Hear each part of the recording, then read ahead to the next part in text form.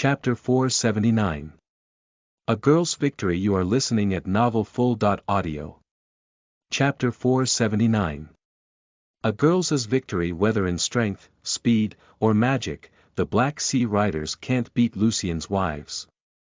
Well, the weaker girls still can't face Sky Realm people, but Lucien and his sisters deal with them while the girls kill the mortal and Earth Realm ones. The pirate group also has good cooperation, high-quality weapons, and many of them have powerful special abilities. However, the girls have a level of sync that only sisters, linked by a bond even stronger than blood, can have. The girls who fight with melee weapons run in two among the Black Sea Riders, quickly killing them as the trio of Galena, and Neola fire deadly arrows at the less armored pirates. Every magic or ranged ability cast on the girls is blocked by the amazing water barriers of Angela and her daughters, or by the glowing shield of Jean, who is always at Maggie's side, using her vision ability and fire magic to counterattack. The enemy arrows do not reach the girls as Madeline creates wind waves to deflect them. And when enemy wind mages try the same, Olivia's black crows find them just before her katana pierces their hearts. And anyone trying to attack Olivia from behind will find Scarlet's saber first. Though focused on the battle, she can't help but think of Carmelo's wonderful green saber. In fact, all girls envy Jean's shiny shield. They also want to have a soul weapon, and as Lust explained, it won't be long before they get it. The strongest people get the soul weapon in Mortal Realm, but that's because they take a long time to advance layers, giving their souls time to get stronger. Lucien's wives advance layers very fast due to his demonic energy. However, unlike him, who has a hybrid soul, the girls need more time to wake up their soul weapons. In Jean's case, her soul seems to be much stronger than normal, and her soul weapon is directly linked to her special mana.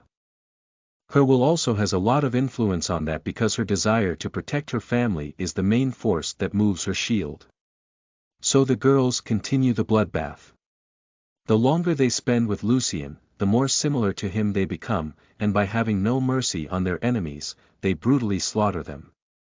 Well, some girls still don't like killing. Marie remains focused solely on protecting her sisters with barriers while Madeline deviates arrows and other ranged attacks. But they don't think twice about killing an enemy to protect their family. Amelia and especially Donna, on the other hand, enjoy killing as much as Lucien. Despite being guided mainly by their sin, they are becoming more and more sinful. Meanwhile, Sophia and Sloth lay still on the floating pillow. They are also participating in the battle and are the main reason the Sky Realm Black Sea Riders can't harm the weaker girls, yet they can do that with illusions while relaxing. Lucien would like to be relaxing next to Sophia, but he doesn't want to let any of his girls take risks, so he keeps his eyes full on all of them to act before one of them gets hurt. But as they are getting stronger quickly, he hopes that in future battles, he can lie still with Sophia knowing his wives are so powerful that no enemy could harm them. This ship is really something. Pride materializes her body next to Lucien and comments. Even with such a brutal battle taking place on it, I don't see it being damaged. Indeed, Lucien responds while he also sees no damage to the ship. Its dark wood appears to be coated with an ultra-tough magic layer or something similar. Lucien's one-word answer doesn't please Pride, so she keeps trying to talk to him. Your girls are fighting really well, and... Thanks. But he interrupts her with one more word. That wasn't a compliment but an observation. Pride smiles arrogantly. He looks into her eyes with a really grateful expression. I didn't talk about it, but about what you've done before with that guy. Oh, that. I knew you could handle that sneak attack, so.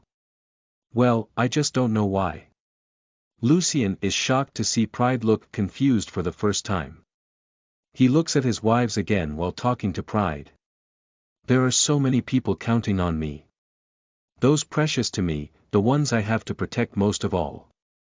But I can't do that if something happens to me, so it's comforting to know you're on my side to protect me like that time. Pride remembers the first time he saw Lucien. They fought, and she defended him from the sneak attack of those angels. That was the first time they had been so close, and she could smell his devilishly addictive scent. Ha ha ha. She starts to laugh. While you seem to really like me, I still feel like you want to beat me. Lucien smiles. We still have unresolved issues for sure. I don't like the way you treat Lust, and I don't like the fact that you plan to use the bloody rose on my sisters. But. She makes a thoughtful expression, which still looks arrogant. But. He continues. I know these things aren't really your fault. You are dominated by your sin, and you were another peon in that mysterious woman's plan. Pride can't say she likes hearing those words, but she can't say they're a lie either. After a few seconds of silence, she starts talking again. So. Does that mean we're fine? Not really. He chuckles. I mean, look at Envy's case, she caused a lot of trouble with her stupid manipulations, but now she has what she wants but in a way that she doesn't harm my loved ones. Pride sees Envy fighting side by side with Amelia and Lucien's other wives, which looks really different from her usual self. So you tamed Envy and think you can do the same to me? No, of course not. Lucien quickly responds. I know your sins are your true natures, and I wouldn't ever try to change that. You are perfect as you are. Then his expression becomes loving. Envy is like that, she needs to be jealous and desire things. I just make her want something more than anything, and then I give it to her, making her feel so good. Ha ha ha. Pride laughs arrogantly again. Are you talking about that stupid thing you guys call love? Lucien shakes his head. Actually not. Pride is confused. So. He slowly moves his hands, drawing her attention and making her look where he points, that is, below his tattoo. My cock. And all the pleasure I can give her. Pride just shakes her head. Okay, I understand how this can work with envy, lust, and sloth, but I don't see how it could work for me. I think I'm starting to understand your needs. He explains. You need to feel better than everyone else, and so that everyone respects you for that, right? She doesn't respond, and he continues. I bet I can make you feel better than ever. Think about it, we could be so powerful together, we'd be like two halves of the same thing. Despite hating to share and not accepting to depend on others, Pride can't deny that Lucien's proposal seems tempting. She makes a thoughtful expression. I'm not sure you could make me feel that good. He smiles teasingly. There's only one way you can be sure. Pride has seen that smile on Lucien's face many times, and what comes next? She thinks about getting back into Eve's soul before he does anything, but her personality doesn't allow her to back down. Attacking Lucien doesn't look good either. So Pride finds herself in a situation where she doesn't know what to do. Her heart starts to beat faster while her mind starts to wonder what he will do and how that will feel. First, he slowly moves his left hand to her waist and starts stroking it with the tips of his fingers. Without stopping to look into her eyes, he moved his right hand to her waist and then her back before starting to pull her body toward his. Even unintentionally, she lets him bring her body so close to his that many parts of their bodies touch.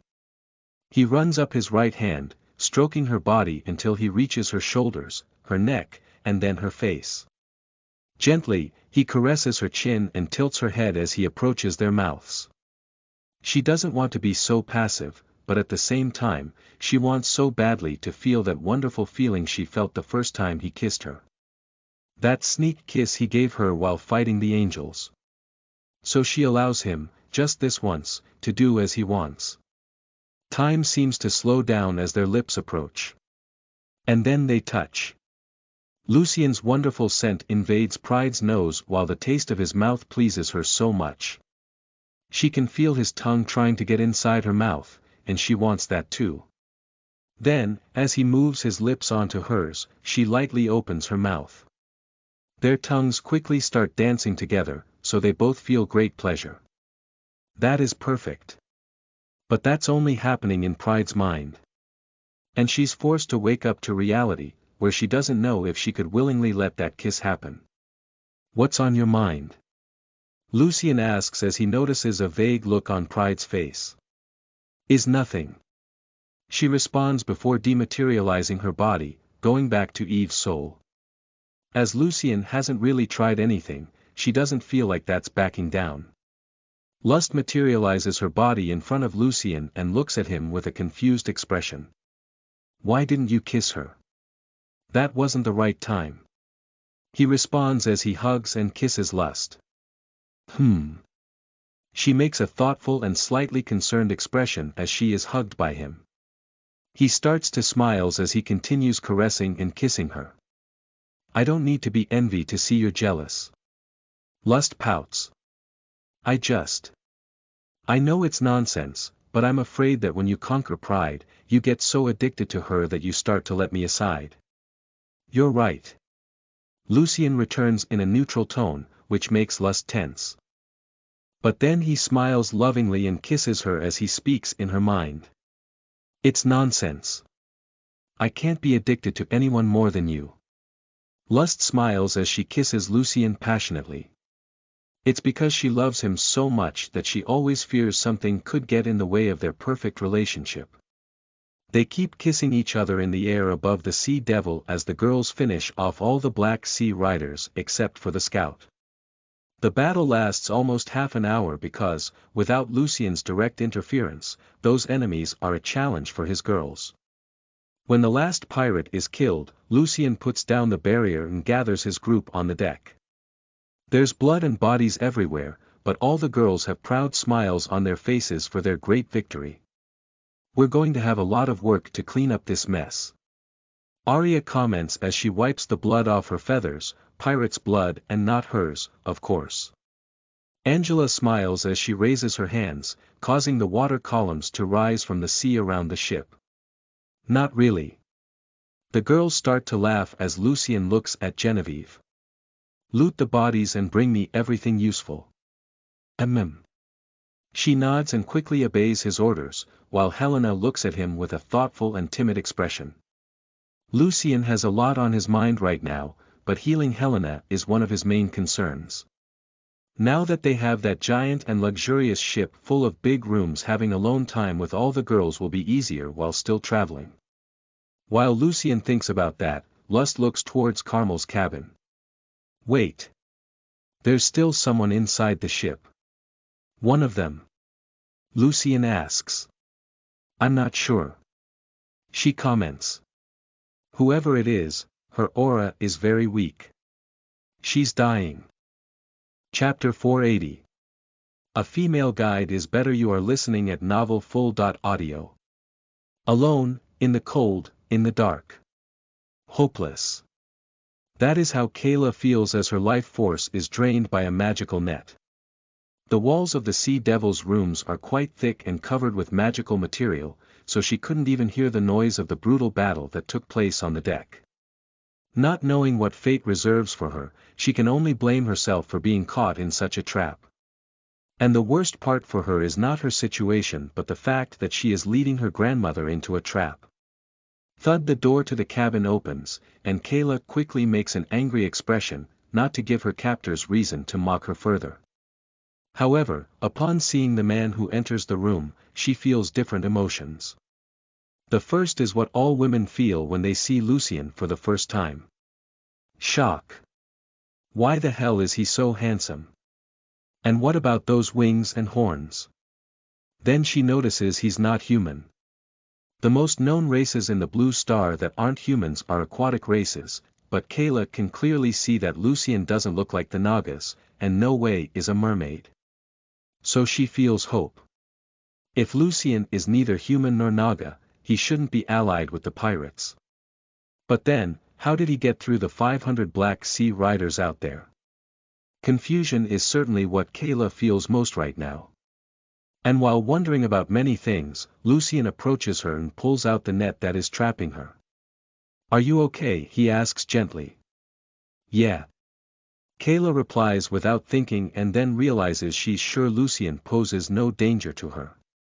She should be alert and expect the worst, but that kind smile of his has an incredible power to soothe her heart. And despite having understood his words, she noticed a completely strange accent and minor linguistic differences. She quickly thinks he isn't from Blue Star because, in addition to the human language, everyone else knows the ocean language used by the aquatic races. "Who are you?" Kayla asks as she sits on the floor. Even though her life force is no longer being drained, she feels very weak and can't even get up. Lucien smiles. "Your savior." "Of course, he. Ah." She giggles and then moans because even the slightest movement causes her pain. "Let me help you." He feels an instinctive desire to help an injured woman. But she backs off slowly, unsure if he is really a friend. Lucien also steps back to make room for her but quickly calls Sophia to help. Meanwhile, Lust analyzes her body and reports to him. Mortal Realm 7th layer. She looks about 200 years old and has an excellent fire affinity. Sophia arrives at the cabin along with Amelia and walks over to Kayla. Then she extends her hand. "I'm a healer, so let me help you." The same kind smile. Kayla notices the same smile of Lucien on Sophia's face, as well as the similarities between them. Are they siblings? But he has wings, horns, and a tail. Because Sophia is a woman, Kayla completely lowers her defenses and allows her to touch her body. "You can try, but that net drained my life force, so." "Wait. How?" Kayla didn't expect Sophia to be able to heal her drained life force, but upon being touched by her, she quickly feels her whole body being healed and refreshed, thanks to Sophia's and Lucien's life mana and demonic energy. "Never underestimate Sophia's healing abilities," Lucien comments in a proud tone, making Sophia smile. "I'm also using the life energy I got from my brother." She comments in a loving tone. Similar to the lustful atmosphere Lucien generates just by interacting with Lust, a gentle and relaxed atmosphere is easily generated by his interaction with Sophia. Just like Amelia's upset expression spreads a jealous mood all over the place.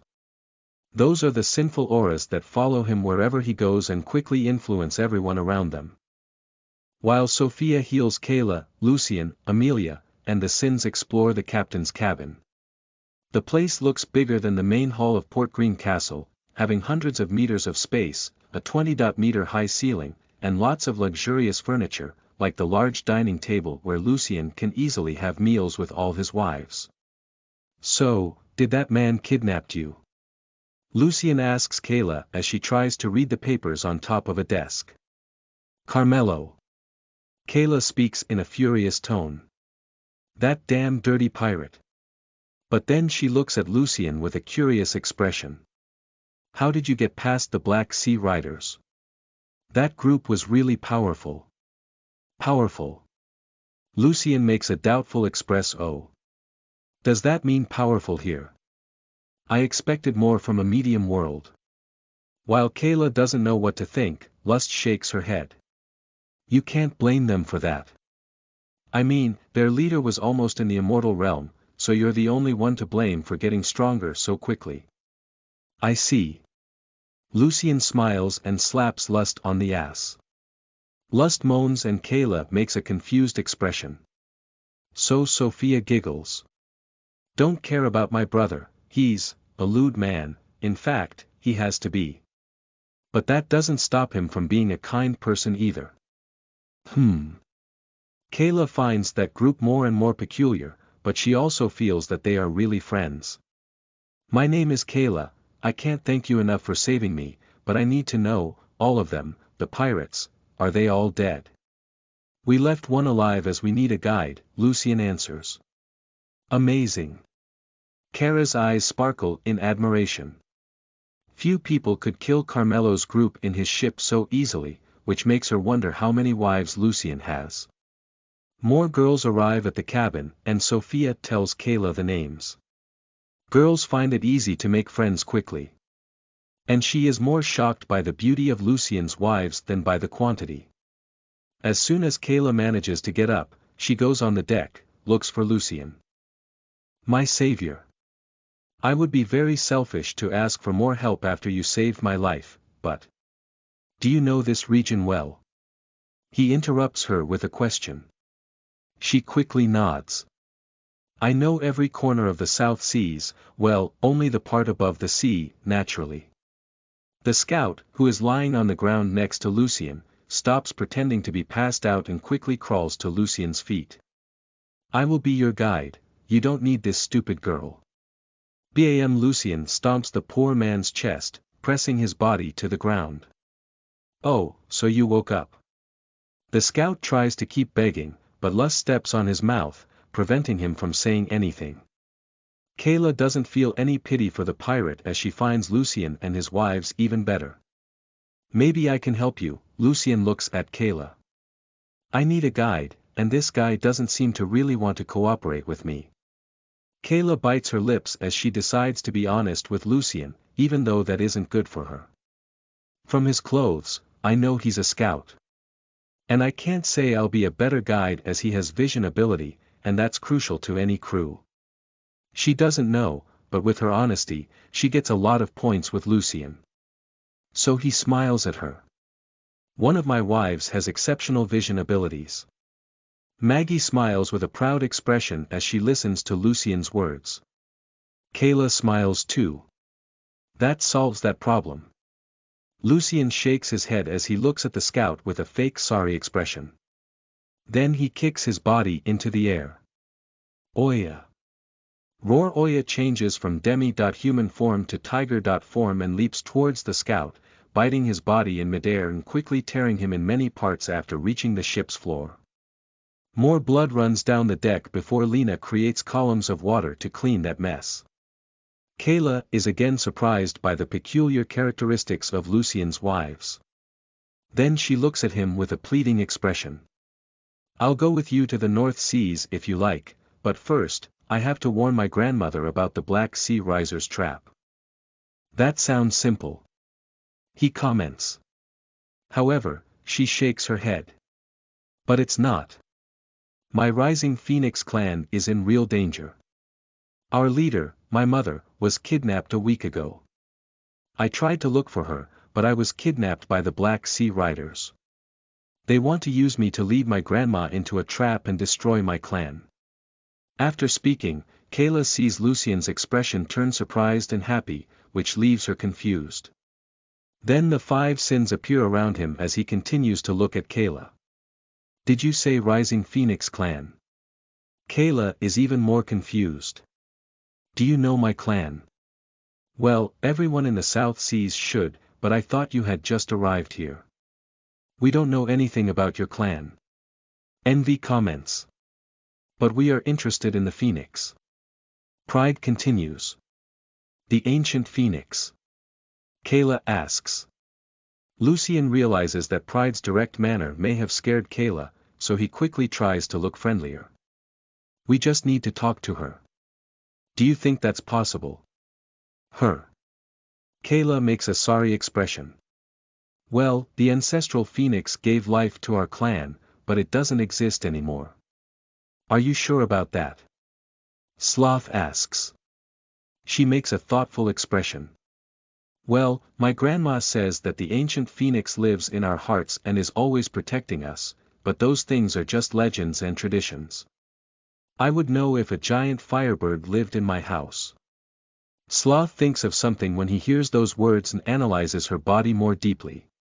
She also notices the excellent fire affinity Lust noted, however, she focuses more on her heart and notices a thin but powerful fire barrier protecting Kayla's heart.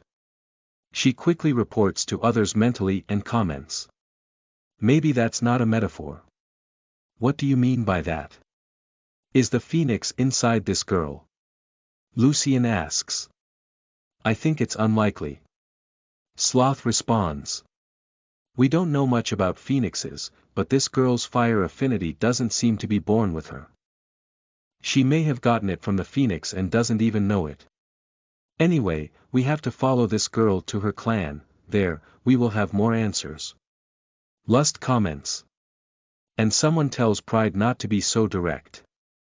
Lucien talks to the other sins. We can't tell this girl that we want to kill her clan's legendary protector. As Lucien, his sisters, and the Sins mentally talk, Kayla is again confused.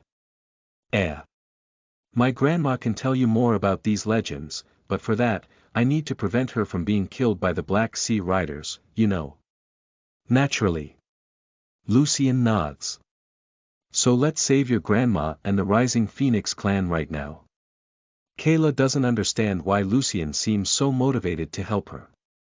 Despite being 206 years old, she is a very innocent girl, and now her mind and heart are filled with concern for her mother and grandmother, so she accepts Lucien's help without having the slightest idea of his real intention. This ship is called Sea Devil, and it's famous all over Blue Star for being one of the fastest of all. The damned Black Sea Riders got it from the Nagas. Kayla comments with a disgusted and upset expression. It was once the ruin of many of my clan's ships, but now its speed will be crucial to reaching to my grandmother quickly. She concludes. Lucien smiles. I'm glad you know a lot about this ship as I have no idea how it works. And yet you killed that man. She makes a strange expression. I didn't like the way he was looking at my wives. Lucien comments. Chapter 481. The ship. You are listening at novelfull.audio. So, are we going? Eve asks before Lucien starts flirting with Kayla. Kayla really wants to get to her grandmother as quickly as possible, but she knows there are a few points to be discussed before they can steer one of the biggest and most complex ships in the 7 stars. First, we have to set positions. She explains. Well-defined positions and order of command are essential to controlling a ship like this. Lucien makes a thoughtful expression. Can you help us with that? Have you guys never sailed a ship before? She asks. He remembers when he sailed on a ship in Argerim. That big ship was made by the best craftsmen of Port Green, and Lucien really liked that, but he had to left his ships in the Cat clan and then switched to Angela and the other mage women's floating ships. Well, I had servants who knew what they were doing when I was on a regular ship, and then my wives made floating ships of magic. He relates. Floating ships. Kayla shakes her head. Even if you have several powerful mages to keep such ships in the air for a long time, you would be an easy target for pirates here. Also, your mages would always be with low mana and wouldn't even be able to maintain barriers. Also, only Immortal Realm mages could make a ship faster than this one. And good ships can also fly if you need to, it will just consume more magic resources. She explains. Lucien's wives don't have a problem with mana as he can help them get it back quickly with a few kisses and caresses. That allows them to boost the Sea Devil without consuming magic resources, which makes the ship even more useful. Anyway, let's organize your crew. Kayla smiles as she looks at the girls. Your girls look strong and smart enough to do all the essential functions, but for the order's sake, we need leaders. The girls pay close attention to what Kayla is saying, so she continues. First, we need a master, or most known as the captain. Despite thinking that Lucien is the group leader, Kayla can feel the powerful aura of leadership that Eve and Pride have, which leaves her in doubt. So she tries not to make her thoughts so obvious. Lucien's wives immediately look at him, finding it odd that such a question is being done. However, he doesn't seem so sure about that and instead looks at Pride and Eve, seeking their opinion. Eve and Pride smile in the same way as they are happy he wants their opinions. And while Eve certainly wants to support her brother, Pride isn't sure she wants to give up a leadership title, especially when they are about to meet the other Sins. While everyone seems to wonder about that, Sophia caresses Lucien's shoulders as she floats on her magic pillow behind him. We already have a captain, don't we? All the girls nod, including Wrath, who is already seeing Lucien as something other than just a boy. Eve, on the other hand, looks at Pride, not wanting to offend her. Everyone is tense as they think Pride is about to make trouble, but then she smiles and looks at Lucien, still seeming arrogant, naturally. Yeah, we do. Lucien smiles back at her while slightly nods. Having Pride's approval seems more and more enjoyable. Of course, that doesn't mean he doesn't care for the approval from the other women of his life, but the most arrogant sin has a special influence on him. Good. Kayla smiles. Having only one captain is essential, as at crucial times the crew cannot be in doubt which orders to follow. So she continues. As important as the captain is the first mate. That person must be responsible for the captain's well-being, and if he cannot lead the crew for any reason, the first mate must take that responsibility until the captain is in charge again. Lucien and the girls look instinctively at Eve, not only because she's the major queen alongside him but also because she's the person who's cared for him so far as a mother. Eve feels rewarded by Lucien's kind and grateful expression, but she again looks at Pride, seeking her advice. She has been supporting Lucien many times and fears that Pride could make trouble because jealous. Don't look at me. Pride quickly comments. He's your responsibility. Also, I have more to worry about than the crew of this ship. Then it's resolved, Lucien speaks while everyone agrees. Kayla nods and continues. Third, we need to choose a quartermaster. That person normally takes care of the crew's duties following the captain's orders and takes care of the ship when the captain and first mate cannot. That sounds like a captain's assistant or servant. Amelia comments. That's the intention, Kayla responds. Although any of Lucien's wives are willing to be his quartermaster, he doesn't feel comfortable treating them like assistants or servants. Kara only has a title of principal maid because she wants to, but that's kind of a play and not a real obligation. And then, as he looks at the girls, he sees Genevieve beside Helena. The sad fallen angel already has his affection, but he has no problem treating Genevieve like his servant. In fact, that's exactly what she is to him and Alexa. Genevieve will be the quartermaster. He speaks in a determined tone. Lucien doesn't even need her to pass his orders on to the other girls as they have the mental communication for that, so he's basically going to work hard. Yes, Captain. She responds in a respectful tone. Genevieve doesn't even wonder about disobeying any of Lucien's orders. Not only because Alexa ordered her so, but also because he spared her in battle when no one else would. Having quickly chosen the quartermaster, Kayla passes to the next topic. Another important position is the helmsman. Sailing master sounds better in this case. This position can be occupied by more than one person as the ship always needs to have someone at the helm, ready for any necessary move. Anyway, we have to choose one now to start sailing. She explains. Lucien looks at the girls. Volunteers. Some girls find the idea of steering a giant ship exciting, but Scarlett is the first one to step forward. I've steered smaller ships in Port Green, and I'd like to try to steer this one as well. I'm sure you'll be an excellent sailing master, my dear. Lucien smiles at her. Every second, Kayla becomes more concerned about her grandmother, so she doesn't waste time before finishing the main crew positions. Another essential person for any crew is the scout.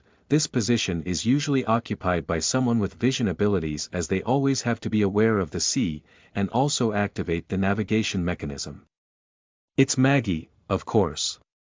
Lucien smiles at the cute fire mage, and she steps forward with a happy and proud expression. Great. Kayla comments. With that, we can already sail. Then she starts to explain how the ship works.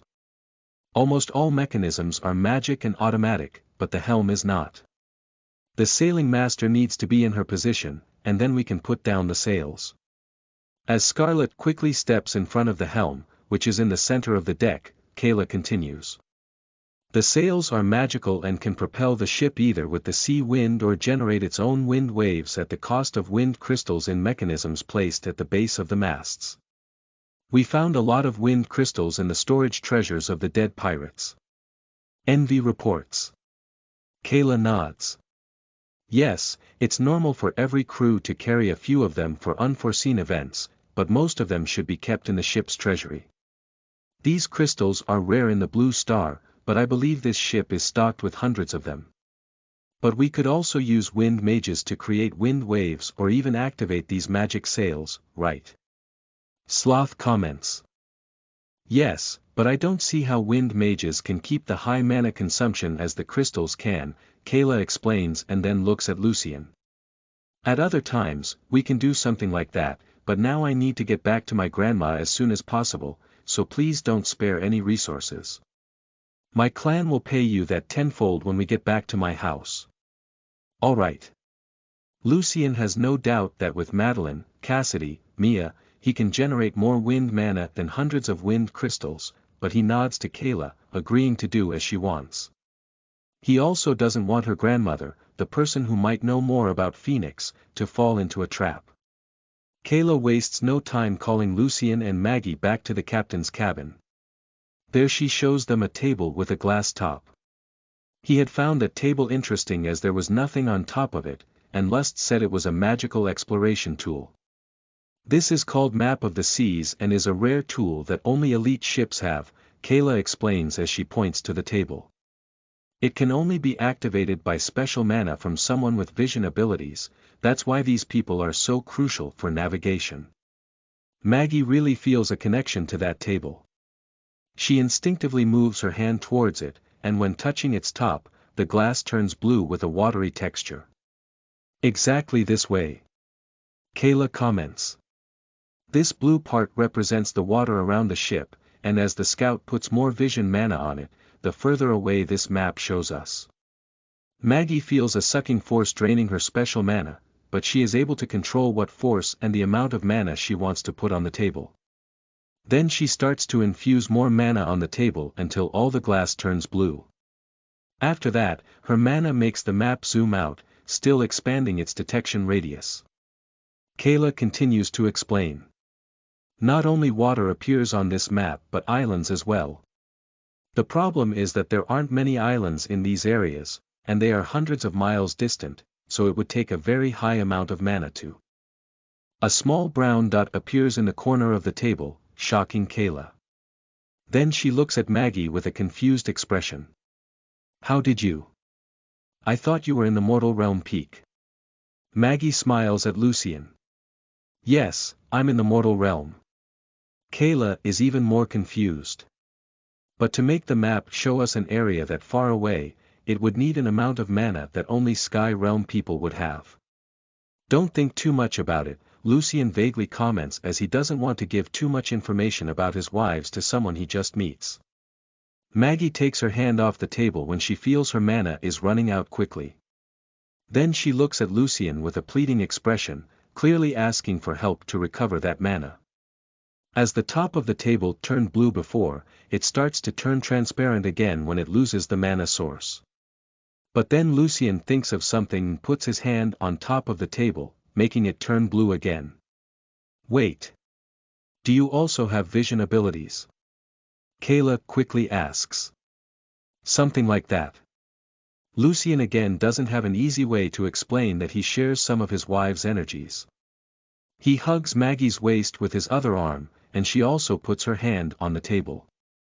Now together, they give that map two sources of mana, and at the same time, he uses his demonic energy to generate special mana for himself and Maggie.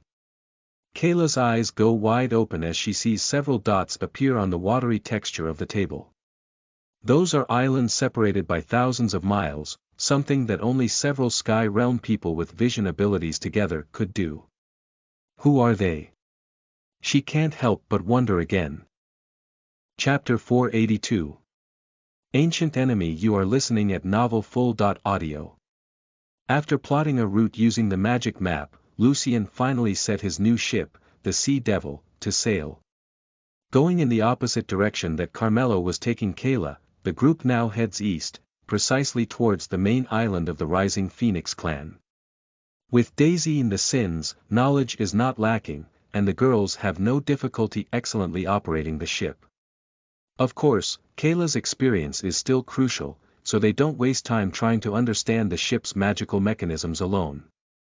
Also, Kayla uses an artifact to get the direction of her grandmother, something similar to the magic stones. Olivia used to know the direction of her fellow guild members. And meanwhile, the girls also explore the ship. Everyone wants to choose single bedrooms, which actually have to be done in pairs and trios due to the number of them, but Lucien's wives also don't give up sleeping with him in the main bedroom. After exiting the captain's cabin, Lucien sees Scarlet steering the ship while smiling. Madeline is atop the tallest mast, creating waves of wind along with the magical mechanism of the sails, making the ship literally fly over the sea at speed so high that only Lucien could keep. The ship's powerful barrier prevents strong winds from damaging its structure or causing any discomfort to the crew. In fact, no matter how fast the ship is moving, everyone aboard is always very comfortable. Lucien notices Eve at the front of the ship, looking out at the horizon with a thoughtful expression. Somehow, he knows she's thinking both about the Phoenix but also about their sisters, Naomi and Claire. He thinks about going to talk to her, but then he notices Helena on the other side of the ship, also looking at the horizon with a thoughtful expression. Genevieve is no longer by her side as she is checking the ship's operation as a quartermaster should do, while Daisy is assisting the girls with the use of magic crystals to boost the ship. Lucien is unsure which way to go but ends up heading towards the sad fallen angel. He can't really help Eve with her concerns as he feels the same ones, but he can solve Helena's problem, well, at least one of them. As soon as she hears his footsteps behind her, Helena turns and sees Lucien, with that teasing smile she's gotten used to. She doesn't say anything and goes back to looking out to sea as she crosses her arms on the ship's parapet. He turns and rests his back on the parapet, then looks at her. "We didn't have time to talk after Alexa returned to her homeworld. You have a lot of problems to care about," she commented. "And I'm not one of your priorities." "You are wrong about that," Lucien quickly comments as his expression becomes totally gentle and affectionate. She sighs. "I'm not complaining. I understand you have a lot on your mind, and my problem doesn't require immediate attention like yours." He slowly runs the back of his fingers over her shirt. "You are one of my priorities. I don't like to make comparisons, but this situation is similar to when I found out Daisy's condition was serious, and I couldn't rest until we healed her." Helena pretends not to notice Lucien's slight caresses, but her body has many positive reactions to that. But Sophia was the one who did Daisy's healing process, and even so. "It's clear she's falling in love with you. Is that what you fear? Does falling in love with me look so bad?" he asks as he continues using his fingers to caress her shoulder. "It's not that. She feels bad for making Lucien look bad. I've already explained to you that I don't want to emotionally bond with someone else and risk suffering." Lucien understands Helena's concerns, but her hesitation seems silly compared to the risk her life is at. He can't allow her to die because of her stubbornness. Then he grips her arm and presses his body against hers. "Then don't bond with me. I can try my best not to be nice, we do it quickly, and then you can hate me later, but you'll stay alive." She looks into his eyes while making a strange expression. But she can't maintain that posture long and starts to laugh. "Ha ha ha. Is this you trying not to look nice? I'm sorry, but you can't do that even if you try too hard." Lucien doesn't know what to say. Nor does he believe he could have sex with a woman and not wish to have her after that. Raquel is a good example of how he tried a one-night stand, and his possessive desires didn't allow him to leave her behind. She and her daughter stayed with his troops in Argarin, as did Elsie's mother, by the way. So, he doesn't back down but changes his strategy, moving his body even closer to Helena's while smiling teasingly. "I'll still heal you, and that can't be stopped, so you better stop resisting the inevitable." She doesn't try to run away even though her heart is beating so fast, in fear and excitement. "Maybe you're right. If we both can't avoid it." Lucien brings his face closer to Helena's, approaching their lips. She's still scared of falling in love with him, but that seems really unavoidable, so she stops trying to block those feelings. As usual, he starts touching her nose with his so they both smell each other more intensely. She delights in his addictive natural perfume, and although she doesn't smell as good as when she was totally healthy, he doesn't find her scent disgusting or repulsive, she just looks sick. While their noses kiss, their lips lightly rub. Lucien fully controls his desires, but Helena is increasingly tempted by those feelings so damn pleasurable. Her hands instinctively move to his body as she wants to move her head forward, but at the same time, she doesn't want to be the one to initiate their first kiss. Lucien notices that and just teases her for a few more seconds before finally connecting their lips in a tender, gentle kiss. With just light caresses on her shoulders, he moves his lips onto hers. Time seems to stop as she gets lost in that feeling so good. Helena wonders if she ever felt that way with her ex-husband, but in her heart, she knows she didn't. Fuck. This is as good as it looked. Helena remembers all the times she watched Lucien kiss his wives from afar and wondered how that feel. Having seen that so many times, she already knows what to expect from his next steps, and she really wants to experience that. But then Lucien stops kissing and looks back with a concerned expression, leaving Helena very confused. Roar, Oya, who was lying in the center of the deck in her tiger form sunbathing with Ko, gets up and roars towards the south. That's not a normal roar but a loud and frightening one like she's never done before. Her roar catches the attention of all the girls, and Lucien quickly flaps his wings, flying to Oya's side as he talks to her. What is wrong? Little Ko makes an expression of fear as she hides between Lucien and Oya.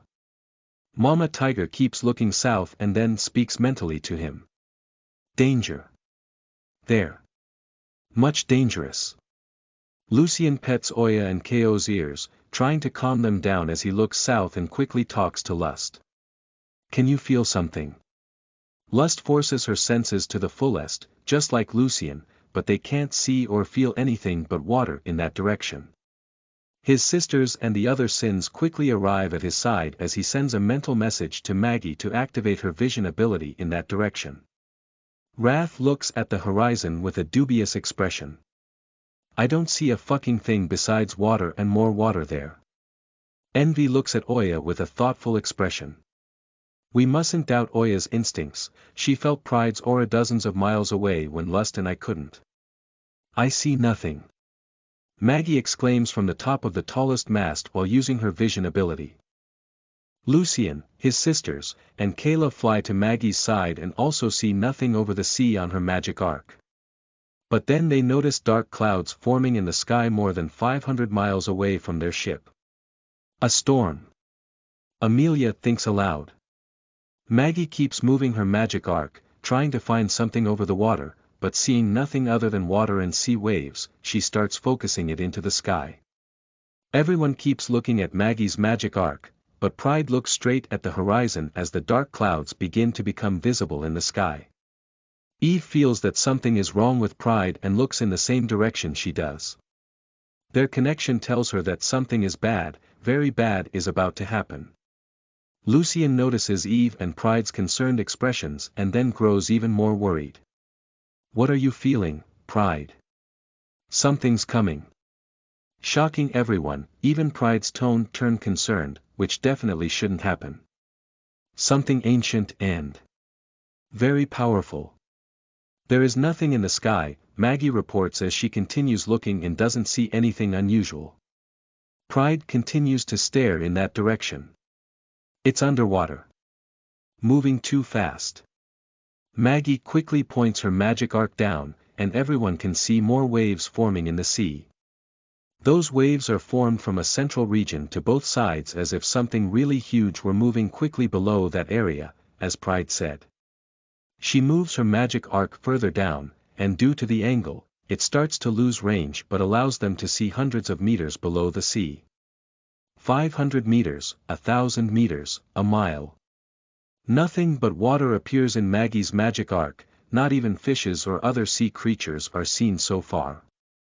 She keeps moving the magic arc downwards, and as soon as their vision reaches a depth of 5 miles, where there is no longer any sunlight, though they can see clearly due to Maggie's abilities, something covers the entire space of the ark. What the hell? Donna thinks aloud while everyone has the same question. Whatever covers the group's vision, it has a scaly dark blue texture. Maggie tries to pull back her vision, zooming out the magic arc, but the same creature continues to cover their vision. How big is it? Amelia asks. Hundreds of meters. Maggie comments as she continues to zoom out on the magic arc. Then the group recognizes something that looks like a fish fin, a giant fish, of course. And then, after zooming out for half a mile, the group notices that the creature has a cylindrical body like a giant snake. But they still can't see its head or tail. And only after zooming out for nearly 2 miles, the group gets to see the entire creature. It is certainly over a mile long, and its body is thinner near the tail and thicker near the head, which looks like a hybrid between fish, snake, and bird, really scary. What the hell is this creature? Lucien thinks aloud. Pride still has that strange concerned expression, while the other sins look thoughtful and confused. But Kayla has wide eyes and her mouth half open. Shit. Shit. Shit. Her body starts to shake as she curses. Do you know what it is? Sloth asks her. Kayla looks really terrified. It shouldn't exist. I thought it could be a kraken, but it's much bigger. I've seen something like that in an old book my grandmother has. She told me old stories about such a creature, but that should just be ancient legends. Just say what it is. Donna exclaims. The Leviathan. She responds while even she doesn't believe that. It should be impossible. Sloth comments. Why? Lucien asks. Pride's eyes glow pure white. Because Eileen killed the last one of their race. Chapter 483. A Husband's Hardest Decision. You are listening at novelfull.audio. Chapter 483. A Husband's Hardest Decision. CRAAACK.BOM. Lightning and thunder echo across the sky among the black clouds that already cover an area of 1,000 miles. Tens meters waves shake the ocean around the Sea Devil. Regardless of that frightening storm approaching, Lucien's group feels an instinctive fear growing inside their heart. The girls continue to do their best to make the ship go faster, but the storm and mysterious creature that comes along with it seem to be getting closer. How strong is this creature? Lucien asks the sins. Sloth and Lust make thoughtful expressions while Pride responds. It's certainly above the immortal realm. We can't face it now. Do you mean? Amelia looks confused. Cosmic realm. Sloth comments. And by the size, its strength and speed are several times increased. We don't have any chances right now. While Lucien and the girls get really worried, Kayla is terrified. No, something like that shouldn't exist in the Blue Star. My grandmother told stories about it, but that's all, just legends. She said it needed armies of immortal realm warriors to beat such a beast. She explains. But I have no idea how big those armies were, but more than half didn't come back alive from such a confrontation, when they won, of course. But Eileen defeated the last of them alone. Pride comments while her eyes sparkle. Many were witnesses when she knocked the beast's lifeless body into an infinite abyss. Sloth shakes her head. Looks like that wasn't the last of them. But that doesn't make sense. Kayla exclaims. I mean, how did this creature stay hidden for so long? And this is one of the most peaceful areas in the Blue Star. It was sleeping very deep inside the ocean. Wrath comments. And it probably woke up when it felt a familiar energy. Lust completes. Our energy? Amelia asks. Not our. Envy responds as she looks at Lucien with a worried expression. Donna quickly shakes her head. But he didn't use the Naginata. Sophia nods. Exactly. That's just a guess. Lucien understands how his sisters and wives feel, but he can't deny that he has a strange feeling that someone or something is staring at him. Yet, that's the best guess we have right now. Anyway, whatever is coming, let's face it together. Donna quickly moves to his side. Don't you get it? Pride asks in an upset tone. If we try to face it now, it will be our end. We don't have any chance of surviving it. What about the purple world? Amelia quickly suggests. We could stay hidden there until the beast leaves. What if the beast doesn't leave? Sloth asks. I mean, it's an ancient creature with unbelievable power. It must be highly intelligent too, so it could know about the soul realm and wait for thousands of years here. Lucien makes a thoughtful expression. We don't have time for this. If the creature is coming for me, so. No. All of Lucien's sisters speak at the same time. So Eve continues. I won't leave you behind. Alone, I have more chances to act as bait and escape. He suggests. And I could enter the purple world to confuse the beast. Lucy. Eve has an apprehensive expression. I can't let you take this risk alone. We only got here because we kept together. Sophia also stands next to Lucien. I told you I wouldn't leave your side again. Donna and Amelia don't say anything but also stays by his side, making their intention clear. Lucien's wives, despite being on deck, below them, also hear the conversation and send him mental messages, asking to stay with him. While Lucien doesn't know what to do, Pride continues to stare at the southern horizon. She can see something cutting through the water over the sea about 10 miles away, and though it's not clear, she's pretty sure it's the Leviathan, its top scales, actually. It's close. She comments while also not sure what to do. She knows Eve couldn't escape that creature right now, and probably neither can Lucien. Sacrificing him should be the best plan, but her personality doesn't allow her to accept that, nor does she want that. But lose everything does not sound good either. So Pride looks at Lucien and forces her personal desires to the bottom of her being. You have to decide now. We'll do it as you like. Lucien finds himself in one of the most difficult moments of his journey so far. He has to quickly decide whether to face an extremely powerful enemy alongside his wives as he has done so far or separate from them to protect them. He can't help but think about taking the girls to the purple world, but some of them don't have his tattoo, and making such a connection in that situation could be problematic. Also, if they get stuck in the purple world, no one could keep looking for Naomi, Claire, and the Phoenix indefinitely. Part of him doesn't think dying fighting alongside his wives would be a bad ending to his life. And he knows that his wives think that way too. But the bigger part of him can't accept them dying. He wants to protect them, heal his sisters and find his mother again. So, dying is not in his plans, not now. So the plan of being bait so that the girls can get away seems like the best idea. No one dies, and even if he gets trapped in the purple world, they can continue the journey and come back to rescue him when they have enough power. Lucien makes his decision and looks to Pride. He can only trust her leadership now as Eve clearly will not accept that. Keep the plan, find my sisters and what we need. He asks as the other girls quickly demonstrate their dissatisfaction. Lucy. Eve tries to hold his arm, but Pride holds hers first. Tears start to run down her face while the other girls also get sad, including Kayla, who doesn't understand what's going on. He smiles at his sisters and the Sins. Pride. Take care of those I love. Don't let anything happen to them until I can protect them again. At that moment, Pride feels more respect for Lucien than ever. She understands that he's not giving up but trying to fight as bravely and smartly as possible. Then she realizes that she already admires him. She nods as she promises to herself that she won't let anything bad happen to either of Lucien's wives until they're back together. No.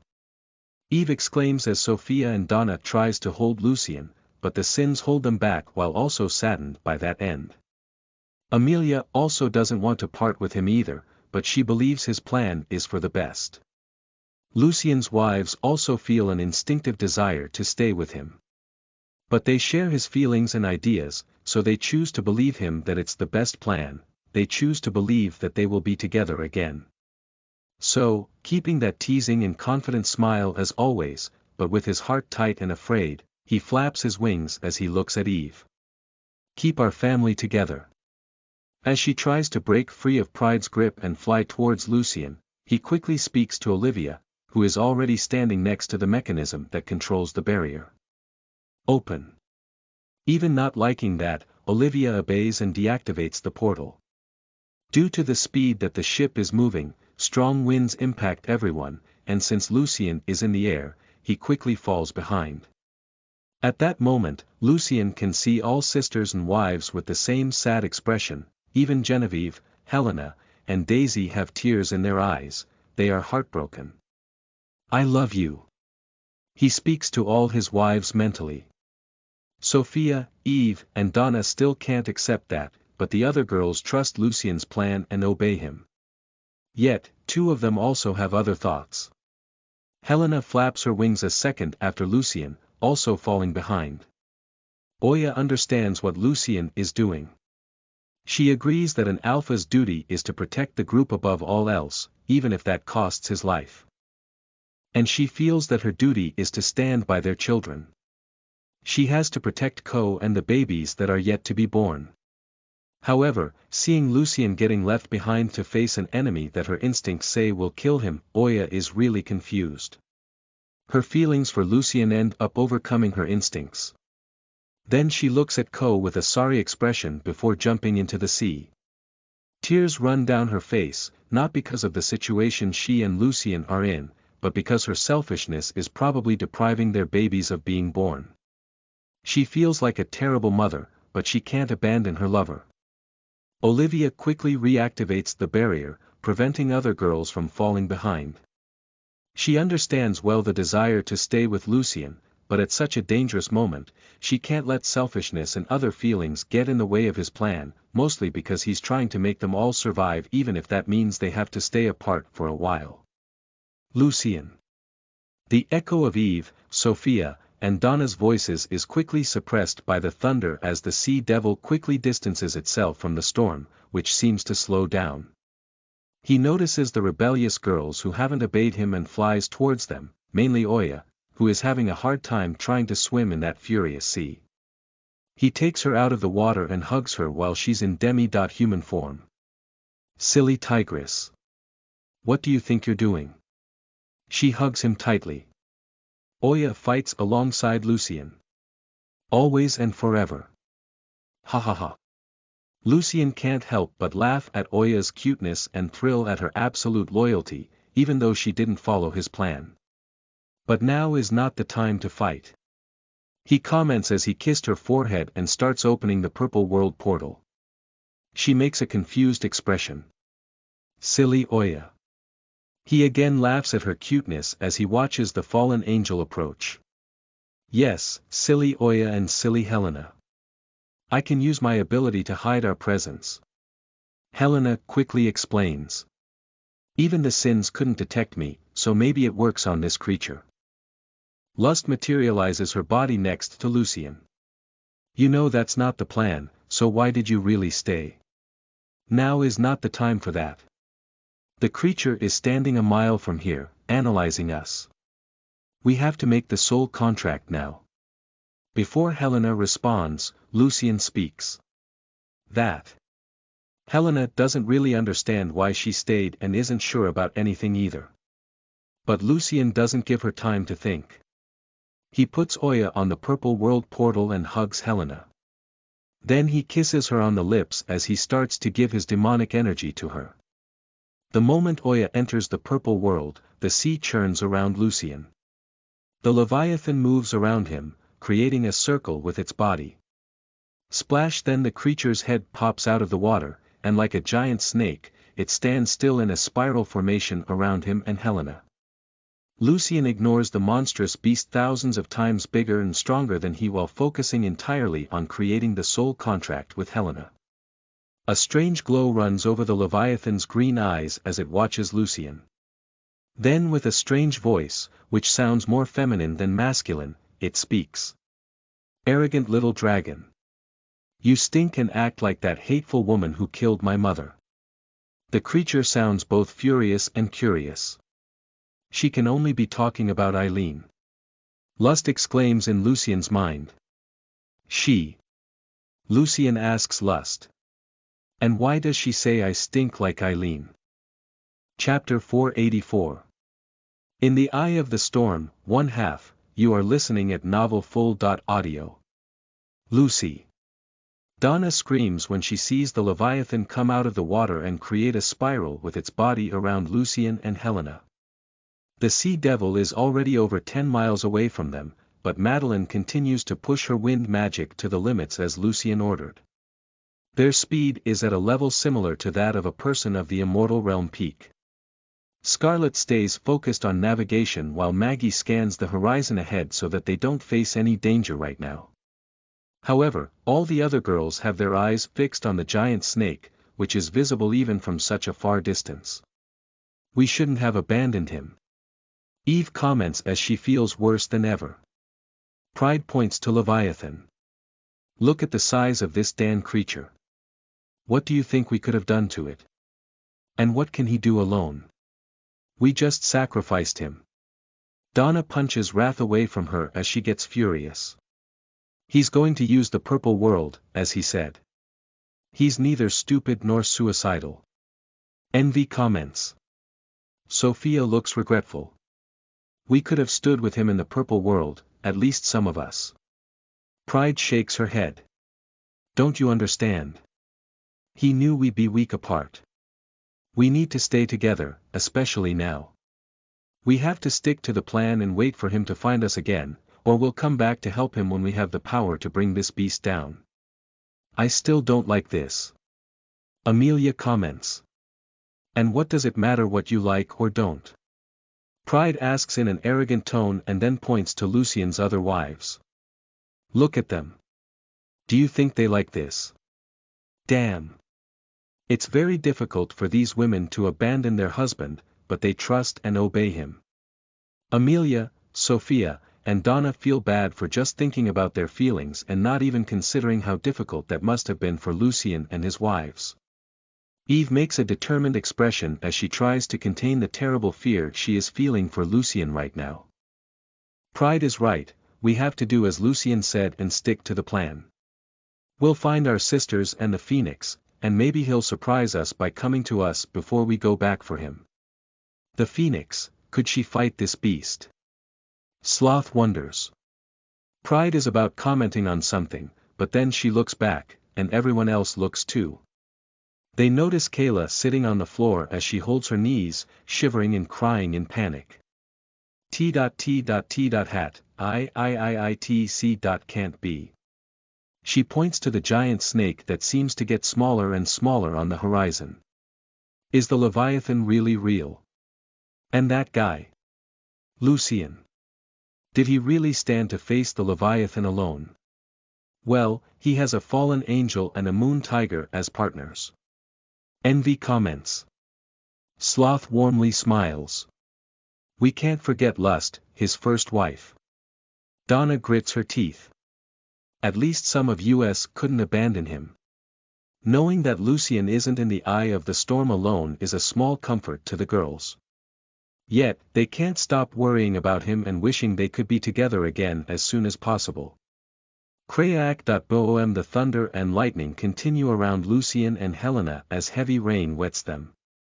Yet, they remain focused on their real first kiss, a passionate kiss. Lucian's tongue makes a pleasurable mess inside Helena's little mouth, driving her crazy. She tries to move her tongue along with his, but although she's not entirely inexperienced, she doesn't remember the last time she kissed someone. But one thing she understands well is that they shouldn't be kissing inside a bizarre storm while an ancient beast is staring at them. However, that seems to be somehow exciting. The Leviathan has the power to wreck middle worlds on its own, but it can't even get Lucian's attention while he's kissing his woman. Wait. When did I become his woman? Helena is confused as she realizes that her body no longer has any resistance to Lucian. The powerful, pleasurable, and addictive energies of him have already entered her body, and now she has his tattoo, a soul contract with a demon.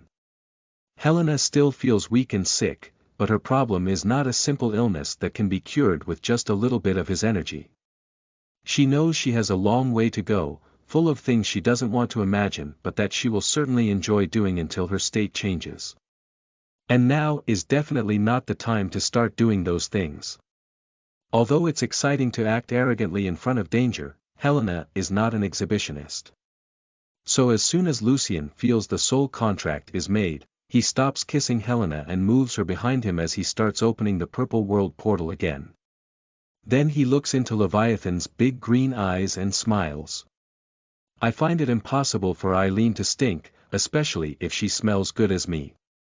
The giant snake continues to stare at Lucian with a curious expression as it slowly moves its head closer to him. Ha ha ha ha. The Leviathan's laughter sounds ominous and unlike anything that Lucian has ever heard before. Even the storm seems to sound quieter as if it's scared of that creature. Little dragon. The giant serpent's eyes sparkle as it pauses. Or should I call you a little hybrid? Anyway, you're a lot like that hateful woman. Lucian can't help but think about Eileen. What do you know about that woman? The Leviathan makes a confused expression. What? If you don't know. Well, I figured you were her son. No, that was a long time ago. You must be her great-grandson or something. Her great-grandson. Lucian can't believe that. Are we really talking about Eileen? Boom, loud thunder sounds as the sea grows more furious along with the Leviathan. So it speaks in an even louder tone. Yes, Eileen was her name. But they called her Dragon Queen. Lucian and Lust are really confused while wondering how he could relate to Eileen. He is sure who his mother is, and there was no way she could be Eileen.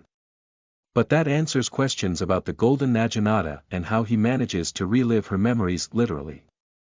He notices that the Leviathan is getting angrier and impatient, so he puts those thoughts in the back of his mind and focuses on the giant serpent. And does that woman killed your mother? Yeah. Thunder sounds along with the terrifying creature's response. That hateful woman killed my beloved mother. And I've wished for thousands of years to make her suffer for that. I'm sorry to inform you, but Eileen died a long, long time ago.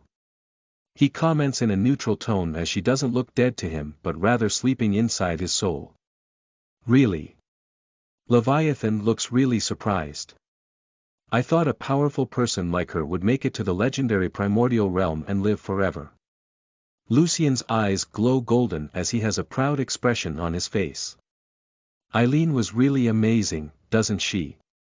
The giant snake feels like rolling its eyes. You're just like her. You're not afraid of anything even when facing an enemy much stronger than you. Your arrogance has no limits. Why do you praise me that much? He laughs. Stupid dragon. The Leviathan shows its giant and sharp teeth. Lucian feels that the beast is about to attack, so he pushes Helena into the purple world portal while activating all of his demonic energies, strengthening his senses to the maximum.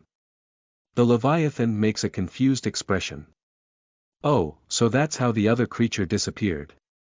Can you open a portal to the soul dimension so easily? He smiles teasingly. So, do you want to talk? I thought you wanted to bite me to death or something. Yeah, ha ha ha.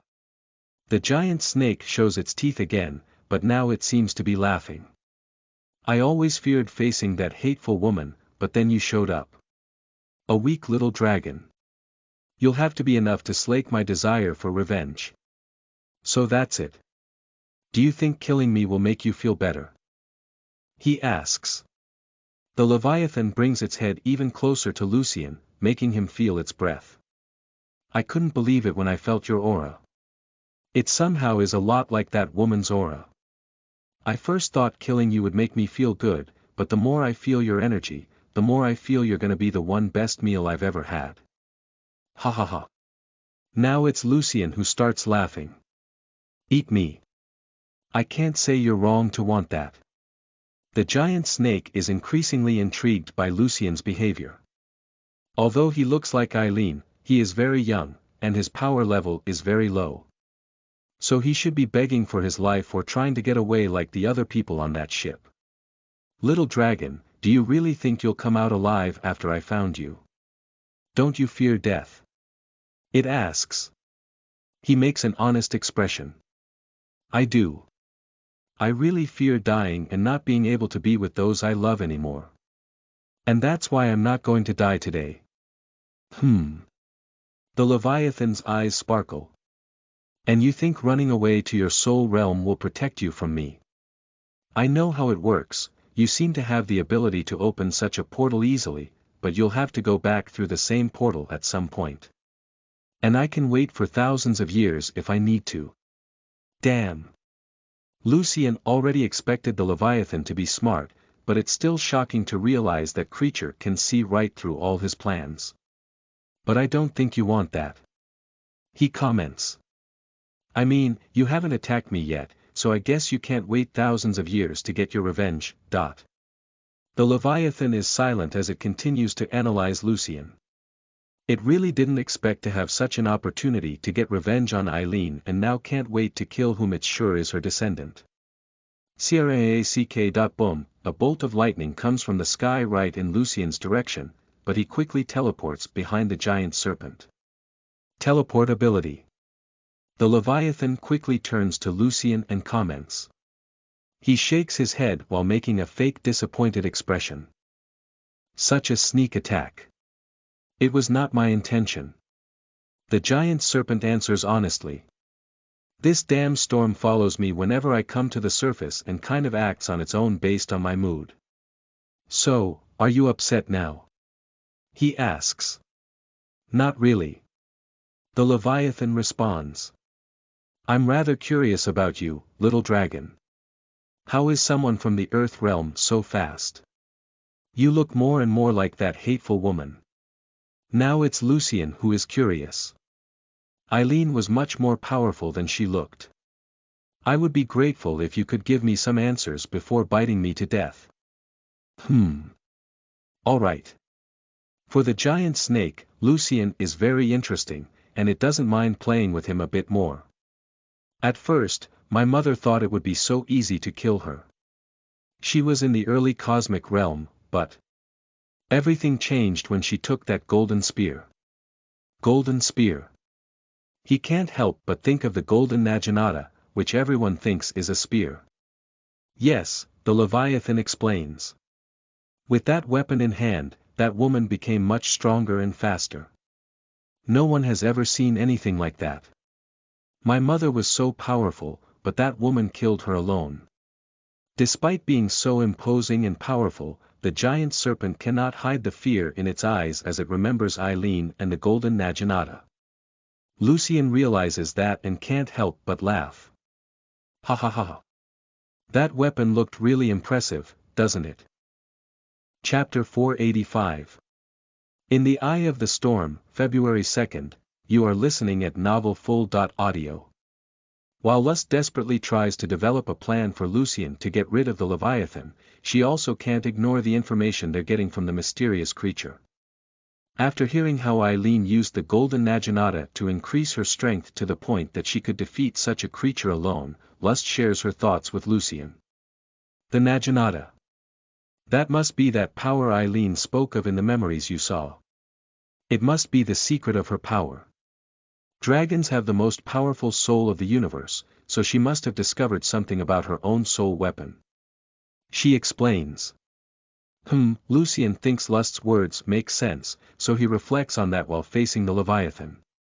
The ancient creature just hasn't attacked him yet because it finds him interesting, but once it loses interest, he has no choice but to flee to the purple world. Yet, he wants to give Eve and the girls more time to back far away, or the giant snake could go after them to force him to face her. The creature's eyes sparkle as she looks at Lucien. You don't seem to know much about your ancestor. I wonder if your people don't accept someone like you. Would that make your revenge less enjoyable? He quickly asks. Ha ha ha ha. The creature bizarrely laughs as thunder continues to echo. That would be too good for you, right? But no, little dragon, you can't escape it. Then the Leviathan begins to fly around Lucian, surrounding him with her body. My mom just got that strong by devouring other strong creatures, and even though I've done the same to get to my current power level, it's been over 1,000 years since I've felt closer to the next layer. He smiles. So, did we get back to talking about you eating me? Yes, the giant snake shows its sharp teeth to him. But not just you. I also feel powerful other auras on that ship, and I'll go after them as soon as I finish you. No one can escape from me in this world. Lucian can't help but be worried when he hears that the Leviathan is also interested in the girls. He stayed behind to give them the chance to continue looking for his sisters and the Phoenix, but they won't be able to do it if there is such a creature chasing them. But he maintains a confident and arrogant expression as he faces the giant snake. Don't think of others when you're with me, that makes me sad. The Leviathan smiles as she approaches her head to Lucian. Oh, little dragon, don't worry, we're going to have so much fun together. Yeah, we agree about that. He also smiles and then summons the golden Naginata. The golden light seems brighter than ever, and it's like a sun rising inside that cold, dark storm. Even Lucian's wives can see that glow on the horizon, and it's reflected in their expectant eyes. That light is also reflected in Leviathan's large green eyes. The creature feels shocked and even fear when seeing the same weapon that killed her mother. Lucian notices the creature starting to move, and he feels his instincts telling him to flee. Teleport would be the best option now, but without Amelia around, he can't regenerate spatial mana, so he has limited uses of the teleport ability. So he flies up as fast as he can. His speed rivals the top speed of the Sea Devil, which is also the top speed of a usual person from the Immortal Realm peak, surprising the Leviathan. Yet, he feels the giant snake approaching him quickly and can only hear Lust's voice, screaming in his mind before he gets hit. Whoosh bam, the Leviathan hits Lucian with her tail. And he feels like a mountain is hitting him before his body is quickly thrown down while the golden Naginata disappears from his hand. Aya! He feels his whole body ache like never before, and his bones seem to burn as they are about to break. Many wounds open over his body and start to burn as soon as he falls into the salt water of the sea. His blood turns the water red as he sinks rapidly, still out of control of his body. Just that simple blow could kill someone from the Immortal Realm, but he survived, though barely. Lucian! Lucian! Lucian!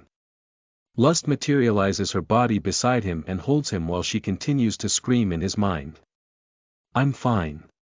He quickly responds as his life mana and demonic energies heal his body.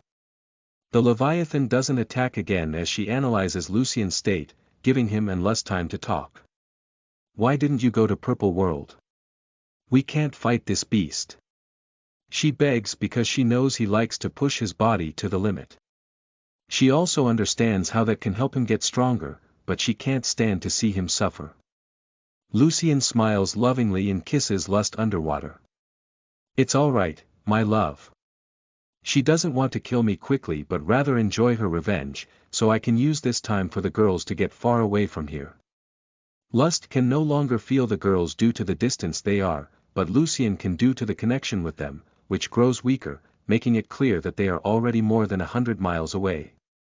Yet, he also knows that distance is nothing to the giant serpent. While he thinks about that, the Leviathan dives into the water at incredible speed. In fact, the creature appears even faster in the water while Lucian is slower. He tries to flap his wings into the water to swim faster but is still easily hit. Bam, the Leviathan again hits Lucian with her tail, now throwing him upwards. The wounds of his body that just closed are open again as his demonic energy armor is destroyed. His body spins uncontrollably in the air many times until Lust manages to help him stop. Blood runs all over his body, leaving his skin red, but again, his wounds began to close incredibly quickly. Kraak.boom thunder continues to echo through the sky as the Leviathan comes out of the water and wraps Lucian in a spiral formed by her giant body. Her green eyes sparkle with curiosity as she stares at him and lust. "What is it, little dragon? Do you have a personal demon made of pure energy?" the creature asks. Lucian smiles as lust wipes the blood from his body. "I call her my wife." "Ha ha ha." The giant snake laugh. "You're even more peculiar than that hateful woman. No one should have such a great regeneration, especially being in the earth realm. If we can come to an agreement, I can show you things even more interesting than my regeneration," he suggests in a mysterious tone. The Leviathan makes a thoughtful expression. "You really look like a demon making a tempting offer. What kind of creature are you? A monster like me?" He smiles teasingly. "You'll never find out if you kill me now." The giant snake shakes her head. "Wrong. I'm going to discover all your secrets while digesting your body in my belly." She shows her teeth as she moves her head slowly towards Lucian. He is confused for a second until he realizes he can't move his body. "The water." Lust quickly warns Lucian. "The water over your body is under her control." He tries to use his energies to get rid of that water, but he can't. The Leviathan's main element is water, and her control over it is tremendously powerful. Lucian can't help but find it amazing how little raindrops were enough for the Leviathan to confine him. But he wonders why she is moving slowly to attack him. "Does she want to force me to use the teleport ability until I run out of energy?" he asks Lust. "She also wants to force you to open the purple world portal until your soul is exhausted," Lust completes. The Leviathan can't help but think that way based on the royal dragon's ability to enter the soul dimension. However, the soul realm created by the ability of Lust is something completely different from that. Lucian opens the portal behind him, and Lust pushes his body inside it. However, she does not enter the purple world with him but materializes her body behind the giant snake. Lust can move freely within the radius of approximately half a mile from where they opened the portal, as that area still means near Lucian. The Leviathan is again surprised to see Lucian disappear into the portal, and Lust stays. The creature also knows that she isn't using spatial mana to teleport but just popping up somewhere else. That ability isn't from the dragons. "What kind of demon are you?" she asks Lust. Lust wishes she could always maintain a confident expression like Lucian's, but she's too apprehensive, and the giant snake notices that. "If you spare us, I can guarantee that our entire race will be in your debt," Lust suggests. "Wouldn't you like to be an ally of the demon race? Why are you able to speak for your whole race?" she asks. Now Lust has a reason to smile. "I thought a creature as ancient and intelligent as you would recognize me. The Leviathan starts to think aloud. A demon made only of energy. And that manages to stay separated from the host even across dimensions. Also, with such peculiar abilities. The 7 great ones," she concludes. "Exactly." Lust nods. "I'm the sin of pleasure, Lust. And Lucian is my knight. So your revenge on Eileen is trivial compared to our mission to destroy the gods." Oh. Leviathan becomes even more interested and curious about Lucian and now Lust as well. "If you're one of the sins, does that mean, did those other auras on the ship were them, your sisters?" Before Lust responds, the giant snake comments. "But I only felt 4 powerful auras besides yours. You guys are always in 7, right? And some time ago, I felt 2 peculiar auras in this same area. I thought they weren't really interesting as they were only in the earth realm."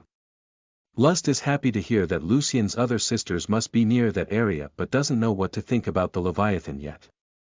Telling her who they are is a risky move, but she can't think of any other way for Lucian to survive that meeting. "Now, do you understand?" Lust asks. We are not easy prey, and neither do you want to be our enemy. The Leviathan smiles while feeling very lucky. I heard that you sins are really immortal, but your hosts don't. Devour them should be enough for me to reach an entirely new layer. Also, gods have already killed many of my people, but only that hateful woman killed my mother. Killing your knight will be really pleasurable for me. She comments. Shit. Lust gets upset when the situation doesn't seem to improve. Unfortunately, the Leviathan doesn't look like a female they can seduce. Before she notices it, a lightning bolt comes from the sky and destroys her body. She returns to Lucien's soul and then materializes in front of him only to find him in the pool along with Oya while Helena looks at his body with a flushed expression. That damn snake seems irrational. Lust complains as she dematerializes her clothes and enters Lucien's arms into the warm pool water. Chapter 486. A painful plan. You are listening at novelfull.audio.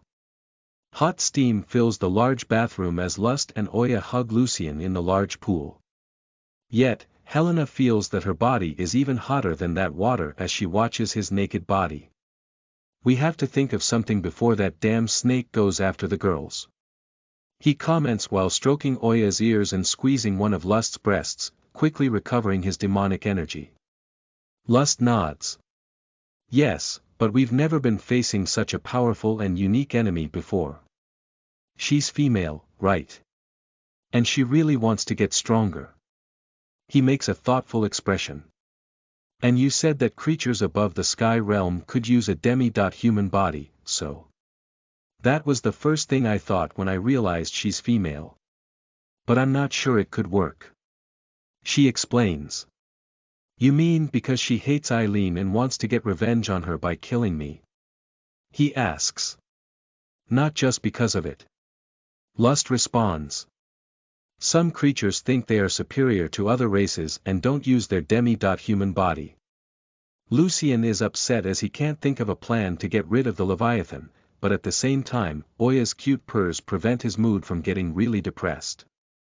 Helena wants to help him, but simultaneously, she is timid about being in the bathroom with him. She's seen him naked and even having sex with his wives many times, but that's always been from a significant distance and meant nothing, but now she's bonded to him in a way she really wanted to avoid. Lust is right about the creature. She comments. I mean, think about how hard it was to convince Alexa that you could help her. My granddaughter isn't much stronger than you, unlike this ancient creature. I don't think you could convince her that you can help any other way than being devoured. Lucien looks back and smiles as he sees Helena's flushed expression. What are you doing by waiting there? Lust and I can't generate much energy alone, so you'll have to help me along with Oya. While Helena becomes even shyer, Lust shakes her head with a regretful expression. I told you to bring some girls with us. At least Sophia or one of the elf girls so we could have another source of life mana. Without Sophia, the girls would be without a good healer. He explains. And without any of the other girls, the group would be weaker. If I can't protect them, at least I can keep them together. And if we can't work this out on our own, we just need to wait for Eve to come back. I'm sure she will find a way to help us. The problem is time. Helena comments as she approaches the pool, still wearing her clothes. How are we going to hold on until Eve finds a solution? The Leviathan may seem patient, but she will go after the girls to force you to get out of the purple world if you stay here too long. He nods and starts getting up. Actually, I already have to get back to entertaining our new friend. As Helena turns her face away not to see Lucien's cock, Oya hugs him tightly. Oya go with Lucien, fight side by side. You're so cute. He caresses her face and kisses her lips. And loyal. But now isn't the right time. I'll make you stronger so you can always be by my side. Oya is upset that she can't fight the Leviathan with Lucien, but she also wants to obey him, especially after disobeying his last order. Helena also wants to do something to help him, but she doesn't exactly how to do that. Lucien smiles at them and then enters the portal, exiting the purple world and reappearing in midair, in front of the giant snake. He just materializes underwear as the creature's attacks easily break his armor, and that's just a waste of demonic energy. You came back quickly, little dragon. The Leviathan smiles grimly, showing her giant, sharp fangs. I didn't want you to miss me too much. He smiles teasingly. The creature analyzes his body closely. Such an ability to enter the soul dimension so easily. And you look outstanding even after experiencing attacks that should have turned your bones to dust. I have hard bones. He laughs. But mentally, he can't stop thinking about Eileen. He already thought his golden bones had to do with her and the golden Naginata, but after the Leviathan's words, he got sure that it had to do with her. That's what we're going to see. The giant snake speaks and quickly starts an attack, again using her tail. Lucien's senses prove to even more incredible than he thinks, allowing him to notice her attack. However, the Leviathan's speed is far superior to his, and even trying his best to escape, he is easily hit and thrown into the furious sea again. You ugly snake! Lust materializes her body and attacks the Leviathan with her whip, which does no damage to her ultra-hard skin. The creature devours Lust with one swift move, instantly destroying her body. Then she dives into the water and hits Lucien with her tail again, throwing him up. She pauses to analyze how his body reacts to her attacks and then continues to attack him over and over. Bam bam bam bam bam crack. Boom. The storm continues furiously as the Leviathan plays with Lucien's body. After a few violent blows, she manages to notice his golden bones and get even more curious to discover all his secrets. Golden bones. Like that hateful woman. She comments as she confines Lucien's body in the air using water. Blood runs all over his body as Lust begs him to return to Purple World, but he tries his best to resist and also finds out more about Eileen and himself. So your mom managed to hurt Eileen, right? That is something impressive. He smiles.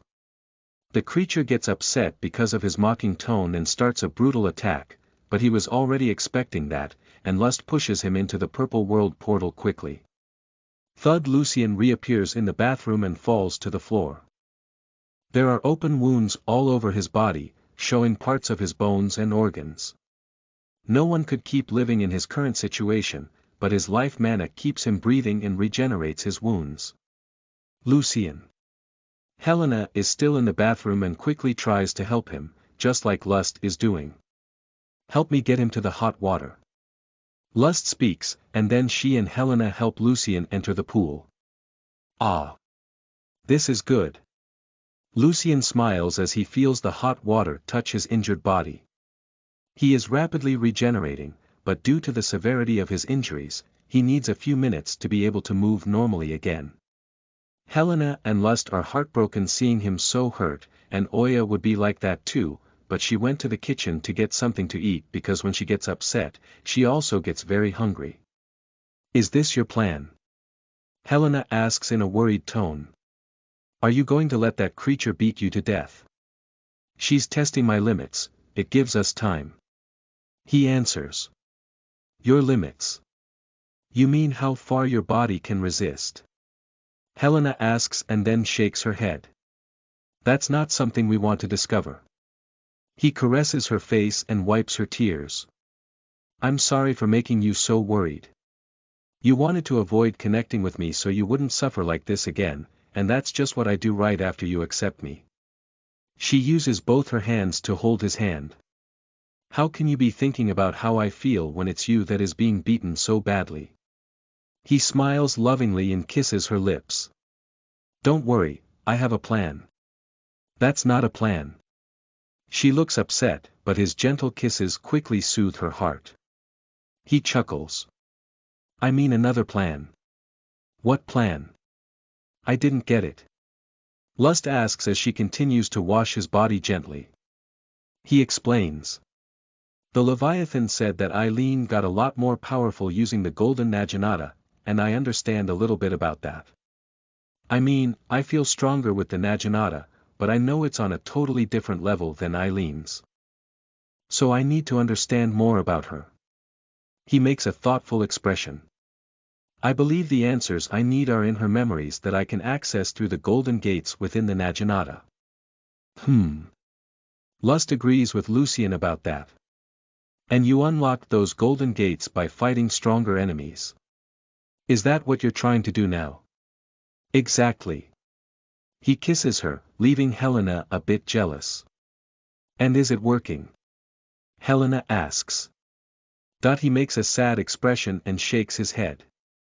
No, I don't feel any closer to opening the next golden gate yet. Lust makes a thoughtful expression. Eileen was the Dragon Queen of War, so I don't think being beaten by a stronger enemy will help you unlock her memories. You need to fight the Leviathan somehow, maybe with the Naginata, you can damage her body. I could, but she's so much faster than me. He comments. I can see her movements, but my body isn't as quick as my senses. If only I could use the teleport ability freely.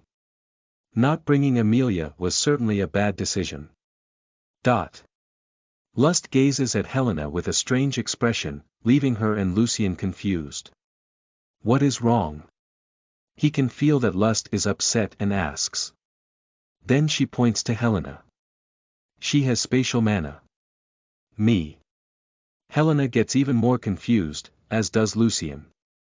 Are you sure about that, my dear? He asks Lust. She nods. Yes, her spatial affinity is way inferior to Amelia's, and I also didn't think it deserved to be mentioned before.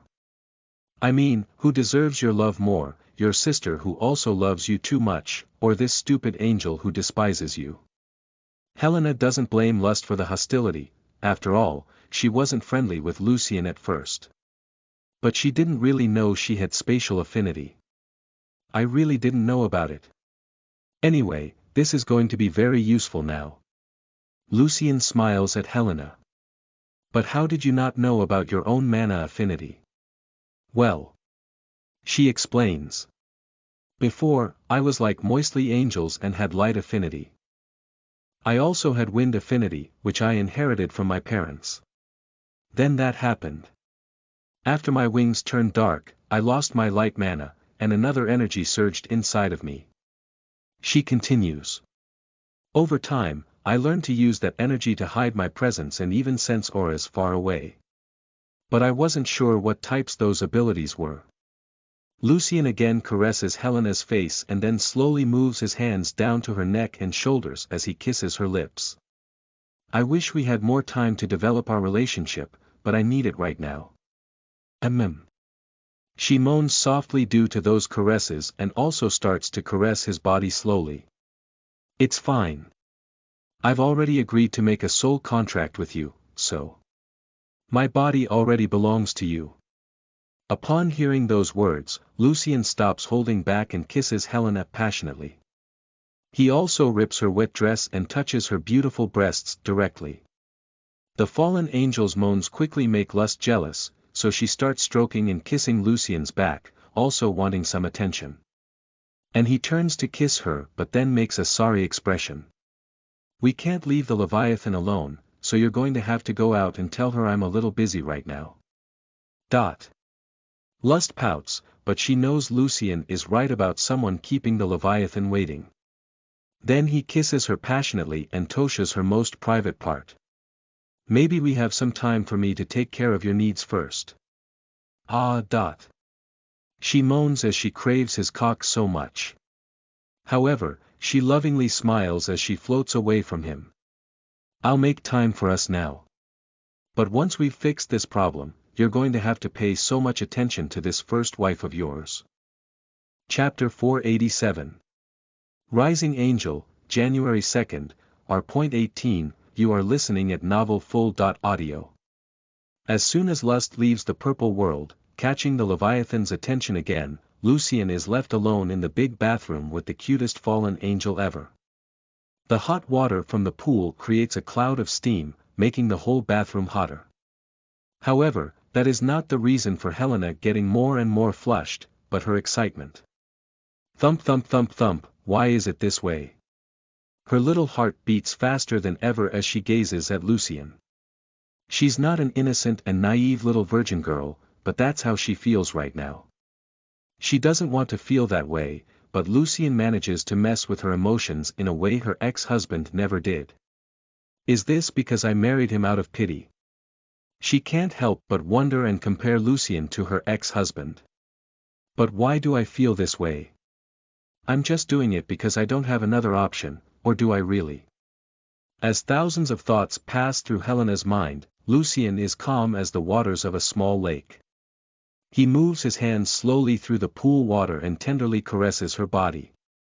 But even though he looks so serene and confident, some peculiar thoughts also surge in his mind, such as the fact that he is so calm in such a situation. There is an extremely powerful ancient creature wanting to get revenge on him for things that happened thousands of years ago. And he can't help but wonder what other people would be doing in his place. Power. They would certainly seek more power, in allies, treasures, or inside themselves. Maybe even arguing with the creature. He wonders. But I'm here, trying to make this beautiful woman as comfortable as possible so that she feels more pleasure during the first time we fuck. He smiles and kisses Helena's neck. Mm. She moans while not knowing what to do with her hands and mouth. She wants to touch, caress, and kiss Lucien's body, but her shyness seems to be blocking her desires. Lucien continues to slowly caress Helena's body as he wonders if someone else could be doing things the way he does. Maybe Lust's previous hosts. I don't think so. He's not naive enough to think other Lust's hosts couldn't do things like him. But she doesn't seem to remember them or the way they do things. It's as if everything she is discovering is with him, but she had some theoretical knowledge put into her mind somehow.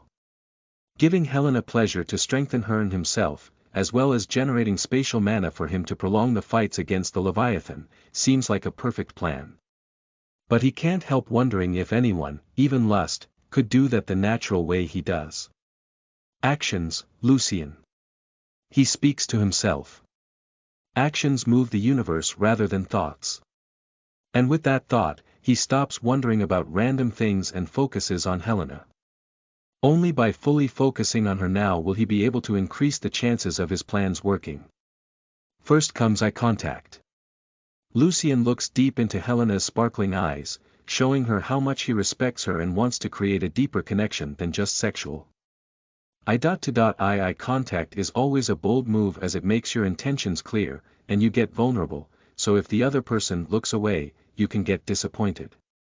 But that is not the case now. Helena blushes and becomes even shyer but maintains eye contact with Lucien. Her eyes seem to glow even more as she loses herself in his handsome face and is so happy to be looked at by him that way. Then comes the next step, physical contact, slowly and gently. Lucien begins by touching Helena's thighs with the tips of his fingers and then moves them upward tenderly. He can't make swift moves as they would mean insecurity and anxiety, but his movements also can't be too slow as they would make her lose focus on that pleasant sensation. She moans as his fingers run up, touching her skin. Passing through her hips, Lucien ignores her most private part as that is not the right time yet. He keeps moving his fingers around her waist up the sides of her breasts to her shoulders, and before she notices it, he's holding and caressing her arms. Your skin is so soft. He comments in a soft tone, almost a whisper as if he's thinking out loud. Helena finally can't contain her shyness and looks away, bowing her head. Your hands are also soft even though you fight so brutally. And so hot. Still acting gently, Lucien holds Helena and brings their lips together for another tender kiss. However, he uses one hand to caress and squeeze one of her breasts while the other is pressed against his chest, also naked, of course. She lets out a cute moan as she gets even hornier. All his moves seems perfectly balanced between gentle and passionate, leaving her no choice but to become addicted to that growing pleasure. Along with the most wonderful pleasure of all, Helena discovers other feelings. Just as Lucien seemed so much to want to mark her with his tattoo, she now wants to mark him with either her scent, taste, and heat. She moves her mouth sideways, kissing his lips and face as she presses her body against his, literally rubbing herself against him. The exchange of heat, liquids, and smell is so delightful. This is so good. She continues to moan as she regrets not trying that before. She, among so many of his wives, was the first to see him arrive in Argerim and is only now finally receiving his love. As Helena starts rubbing her breasts on Lucien's chest, he moves both his hands to her back. He runs his hands slowly and touches every part of her body tenderly. So he reaches her low back area, right before her ass. Helena moans as that feels as if Lucien is redrawing her curves with his fingers before he holds both her buttocks with his hands. Ah! She deeply breaths as she is surprised a little by that sudden passionate movement. The way he covers her whole buttocks with his hands and squeezes them is so passionate.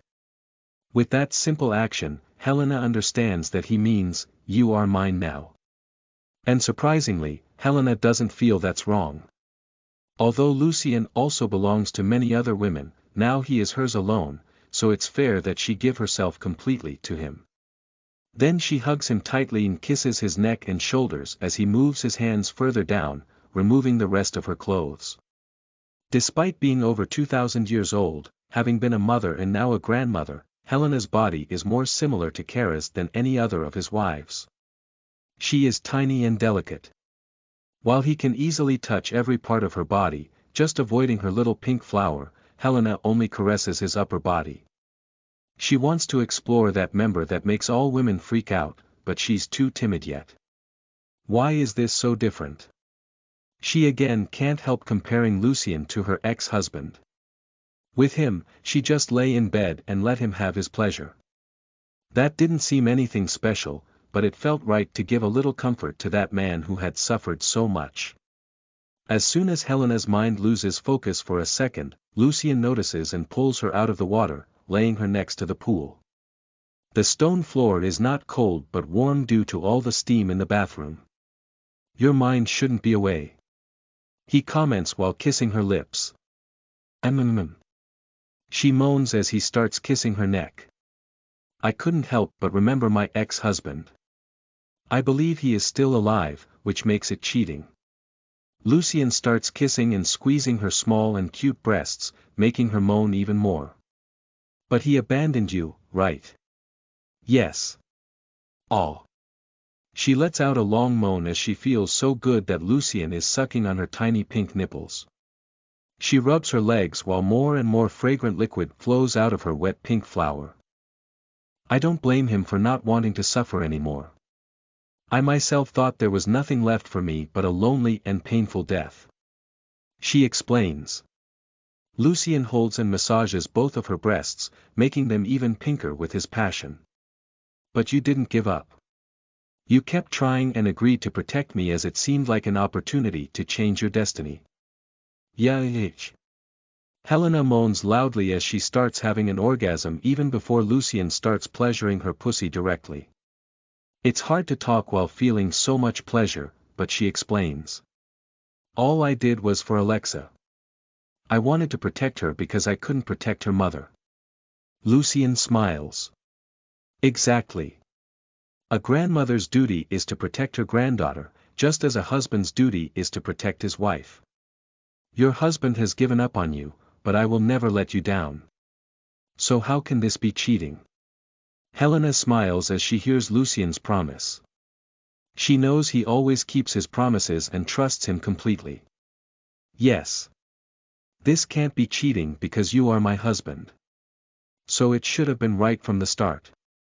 He squeezes her breasts once more as he starts kissing her belly, right above her tattoo. "The past cannot be changed, and neither do I want it. All that matters is that now you are where you should be, and I will take care of you, of all your needs. Starting with your body." The last thoughts about her ex-husband fade from her mind as tears of happiness fall to the floor. Helena feels that for the first time, she is doing it the right way, she is letting her husband take care of her, she is allowing herself to be truly loved.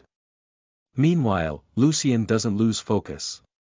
He already feels a little bad about missing the first wave of her love juices, so he doesn't think twice about moving his lips over to her most private part. He finds fluffy gray hair above her pink flower. As expected, they have the same color as her long hair.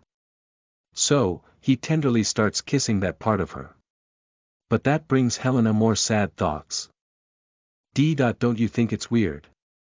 I mean, it's gray and doesn't look really healthy. Doesn't look unhealthy. He quickly responds.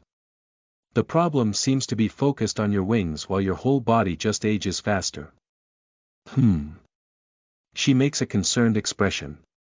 Lucien is making her feel so good that she gets worried about not being able to make him feel good that way too. Then he makes a curious expression. So. Your hair wasn't gray before, right? Bright white, as my wings, she replies. I think even some gods were jealous of me. Lucien keeps moving his mouth down, and finally, his lips touch her pink flower. That doesn't seem as special as those of his other wives, which only motivates him even more to give a lot of his life and demonic energy to Helena. Your wings. They are very precious to you, right? He asks as he starts kissing her pussy. Do you want them to glow again? Helena makes a thoughtful expression. I'm not sure. I don't want anything from the gods again. So maybe I can finally cut them off. And move on. Or we can turn them into something else. He comments as he slowly sticks his tongue inside her love cave. We could make your wings glow again, and it would have nothing to do with the gods as that shine would be something totally different.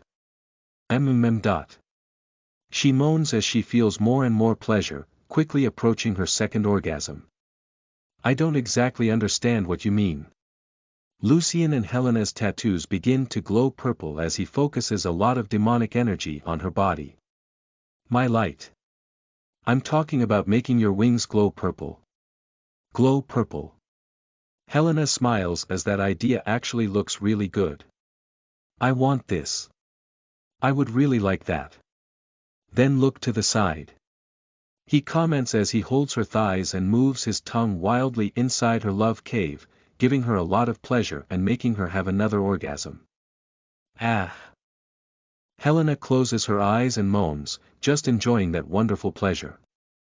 But as soon as she opens her eyes again and looks around, she notices that her dark wings already have a beautiful purple glow. She's already accepting everything Lucien has to give her, including his powerful demonic energy, which is changing her body in amazing ways. Chapter 488. Rising Angel, February 2nd, R.18. You are listening at novelfull.audio. Ah, yes. Right there. I can feel it. Oh. Helena's moans echo through the big bathroom as Lucien explores her pussy's inside with his tongue, giving her lots of pleasure, demonic energy, and life mana. That pleasure is so incredible and unknown to her that her mind quickly starts to go blank. She has no control over her body, and her legs tremble while her pussy twitches with pleasure. She feels like she's going to fly with pleasure but finds a foothold by holding on to Lucien's horns. He has slowly become the center of her life, and now she is finally accepting that. Now, not only is the way she sees things being drastically changed, but her body is also experiencing changes never seen in the entire history of their universe. A creature created by the gods to be their servants, a flawed and weaker version of them, people who should hate the darkness and love the light. But also a woman who was denied that same light, now accepts the energy contrary to the one that created her. The corruption of a fallen angel. No one ever wondered what would happen if such a creature not only received demonic energy but also accepted it with their heart and mind open. Lucien. Helena screams with pleasure as she holds tightly to his horns and has another orgasm, one even more intense and pleasurable than the previous.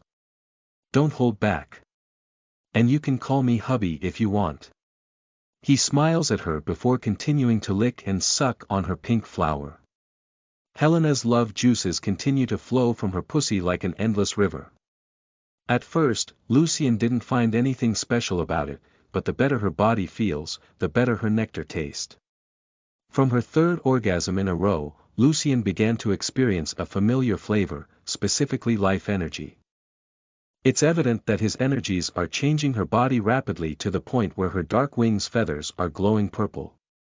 Despite finding that purple glow beautiful on her feathers, which is also quickly losing its sick appearance without abandoning the black color, Lucien can't help but be concerned about those radical changes.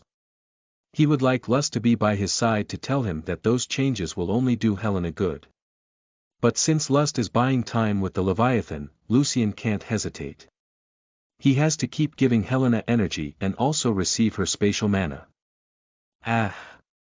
She let out a long moan right after the peak of her third orgasm. Then Lucien stops holding her thighs and goes back looking for her mouth, licking every part of Helena's body until there. He has to be more gentle than intense because as she hasn't done anything sexual for hundreds of years, he must be careful not to exhaust her mind quickly. As soon as their faces get closer, Helena starts kissing Lucien passionately. She tried so hard not to fall in love with him, but now she just wants to surrender to that feeling so good. This. It is so. Ah. Fucking good. She kisses his lips and face as her hands run over his chest and back. Lucien smiles as he is a little shocked by Helena's passionate attitude. He thought she would act shy and distant even during sex, but she seems to be more intense than he expected.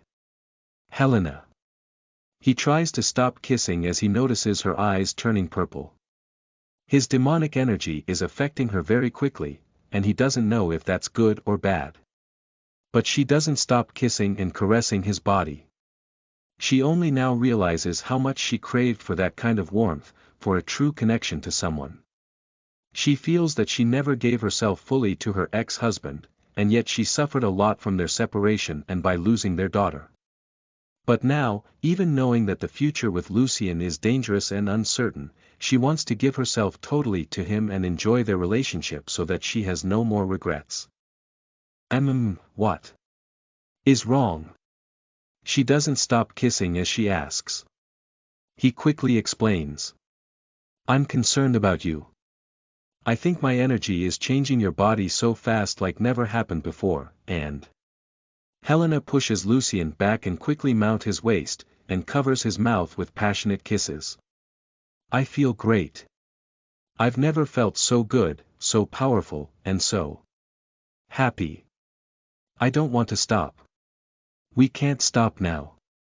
She tilts her body back, forcing his cock between her small and cute buttocks, then she opens her dark wings, which glow bright purple just like her eyes. I know what's going on. She spoke as she looks into his eyes. I've never really felt complete, and yet the gods have taken a few things I had, leaving an immense emptiness inside of me. She starts stroking the tattoo on Lucien's low belly while moving her ass, teasing his cock. I told you I didn't deserve this. I tried to keep you away from me, and yet you kept trying to save me.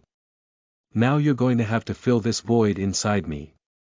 Lucien smiles lovingly at her and moves his hands up her thighs, caressing her body until he reaches her neck and face. Don't worry about the fountain drying up, I can give you everything you need. She smiles back at him, for the first time in so many years, the first totally honest and happy smile. You have no choice. I will suck everything you can give me. And he keeps stroking her face as she strokes his hand. Then he makes a teasing expression. What are you waiting for to start sucking? He. She giggles and flaps her wings, flying backward. As she moves, the tip of his cock rubs on her pink flower, and she feels an incredibly good pleasure wave run through her body. Helena really wants to feel Lucien's hard cock going deep inside her. But first, she wants to make him feel good using her mouth as he just did to her. She lands on his knees and stares at his cock, fully erect and hard, aiming for the sky like a heavenly spear. Even though she has vague memories of her ex-husband, she doesn't make any comparisons between them. There is no way to compare Lucien to any other man. He revolutionizes every aspect of a man in an incredibly impressive way. And that makes him literally incomparable. It's good that the fountain doesn't dry up, as I'll drink as much as I can. She smiles as she holds that hot road with both her delicate little hands and then starts licking its glands. Oh. Lucien is again surprised by Helena, as the way she moves her tongue around his cock's head is incredibly pleasurable. At the same time, she starts stroking his cock's shaft and his balls. Her movements are quick, gentle, and precise, making him feel great. And then she forces his cock tip inside her little mouth and sucks greedily. Lucien can't help but wonder how she is so experienced. Well, she's over 2,000 years old, but she definitely doesn't seem like the kind of person that does such things usually. Helena seems very focused on enjoying Lucien's cock, but she moves her eyes up to get a quick look at his face and make sure he's enjoying that as much as she does too. It's obvious he's loving that, but he also looks confused, which somehow seems very cute to her. So she stops sucking his cock's head and licks his glands while giggling. "You're wondering how I know how to do these things, don't you?" He smiles as he feels better and better. Her blowjob can't be compared to that of lust and envy, but it's certainly one of the best he's ever had. "How can you be so good at this? This is your fault." She responds in a fake upset tone while continuing to move her little tongue around his glands and the caresses on his cock and balls. While he has an idea of what she is talking about, she explains. "I had to watch you since from the beginning. I've seen your wives do things like this many times. There was no way I couldn't learn these things even if I didn't mean to. At least now you have a use for that knowledge." He chuckles. Helena's eyes glow with purple sparkles as she holds his cock tightly. "Then give it to me. You have no idea how many I've seen it, wondering how it tastes." Lucien stops holding back and shot a hot load of special milk in Helena's face, surprising her. But she quickly forces the tip of his cock inside her mouth again and starts drinking that precious liquid. Power.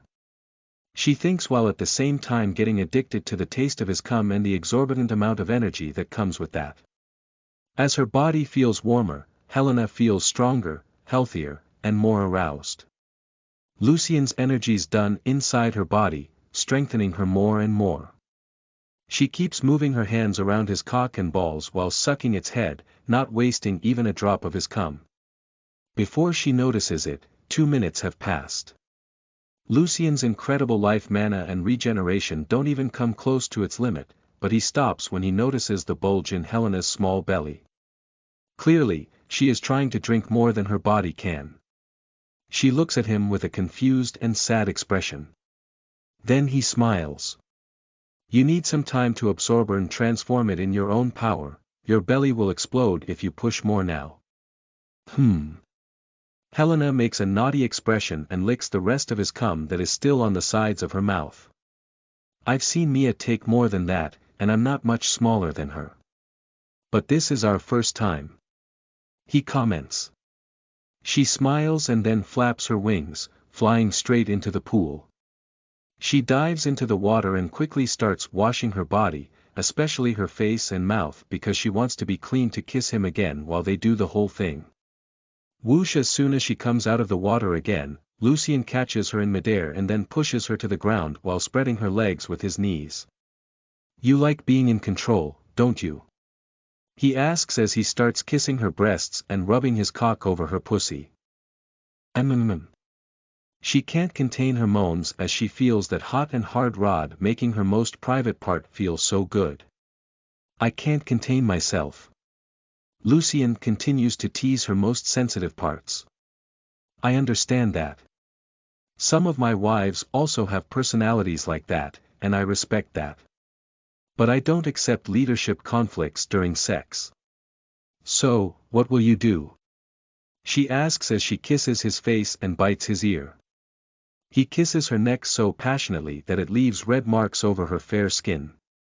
Submission isn't so bad when the rewards are so good that they prevent you from having any complaints. BDNVL. She lovingly smiles as she kisses his lips over and over. Then she brings her mouth closer to his ear again and whispers. I want you to make me submit to your big hard cock. Lucien is no longer surprised by Helena's change in attitude. It's evident that she's held back so much for so many years, and now, no one can't stop her from releasing her inner beast. In fact, she's accepting the change as someone who's been looking for it all her life. And he is evidently willing to accept her new nature entirely. Well, how could he not accept the new Helena he's helping to create? As the tip of his cock is already right in front of the entrance to her love cave, Lucien just moves his body forward. Not slowly and not very gently, but rather intensely as she's begging for. His hard cock goes all the way through the tight and wet inner walls of her pussy while they both get great pleasure from that incredible tightness. Hot matches with hot, meat with meat, devil with angel. In any case, Helena feels complete like never before, and Lucien feels that another part of his heart has been taken. As soon as Helena feels the tip of his cock kiss the deepest part of her pussy, her baby room, immense waves of pleasure invades her body in a desire that she thought she would never have again, reborn like the phoenix coming from the ashes inside her. Oh! Fuck!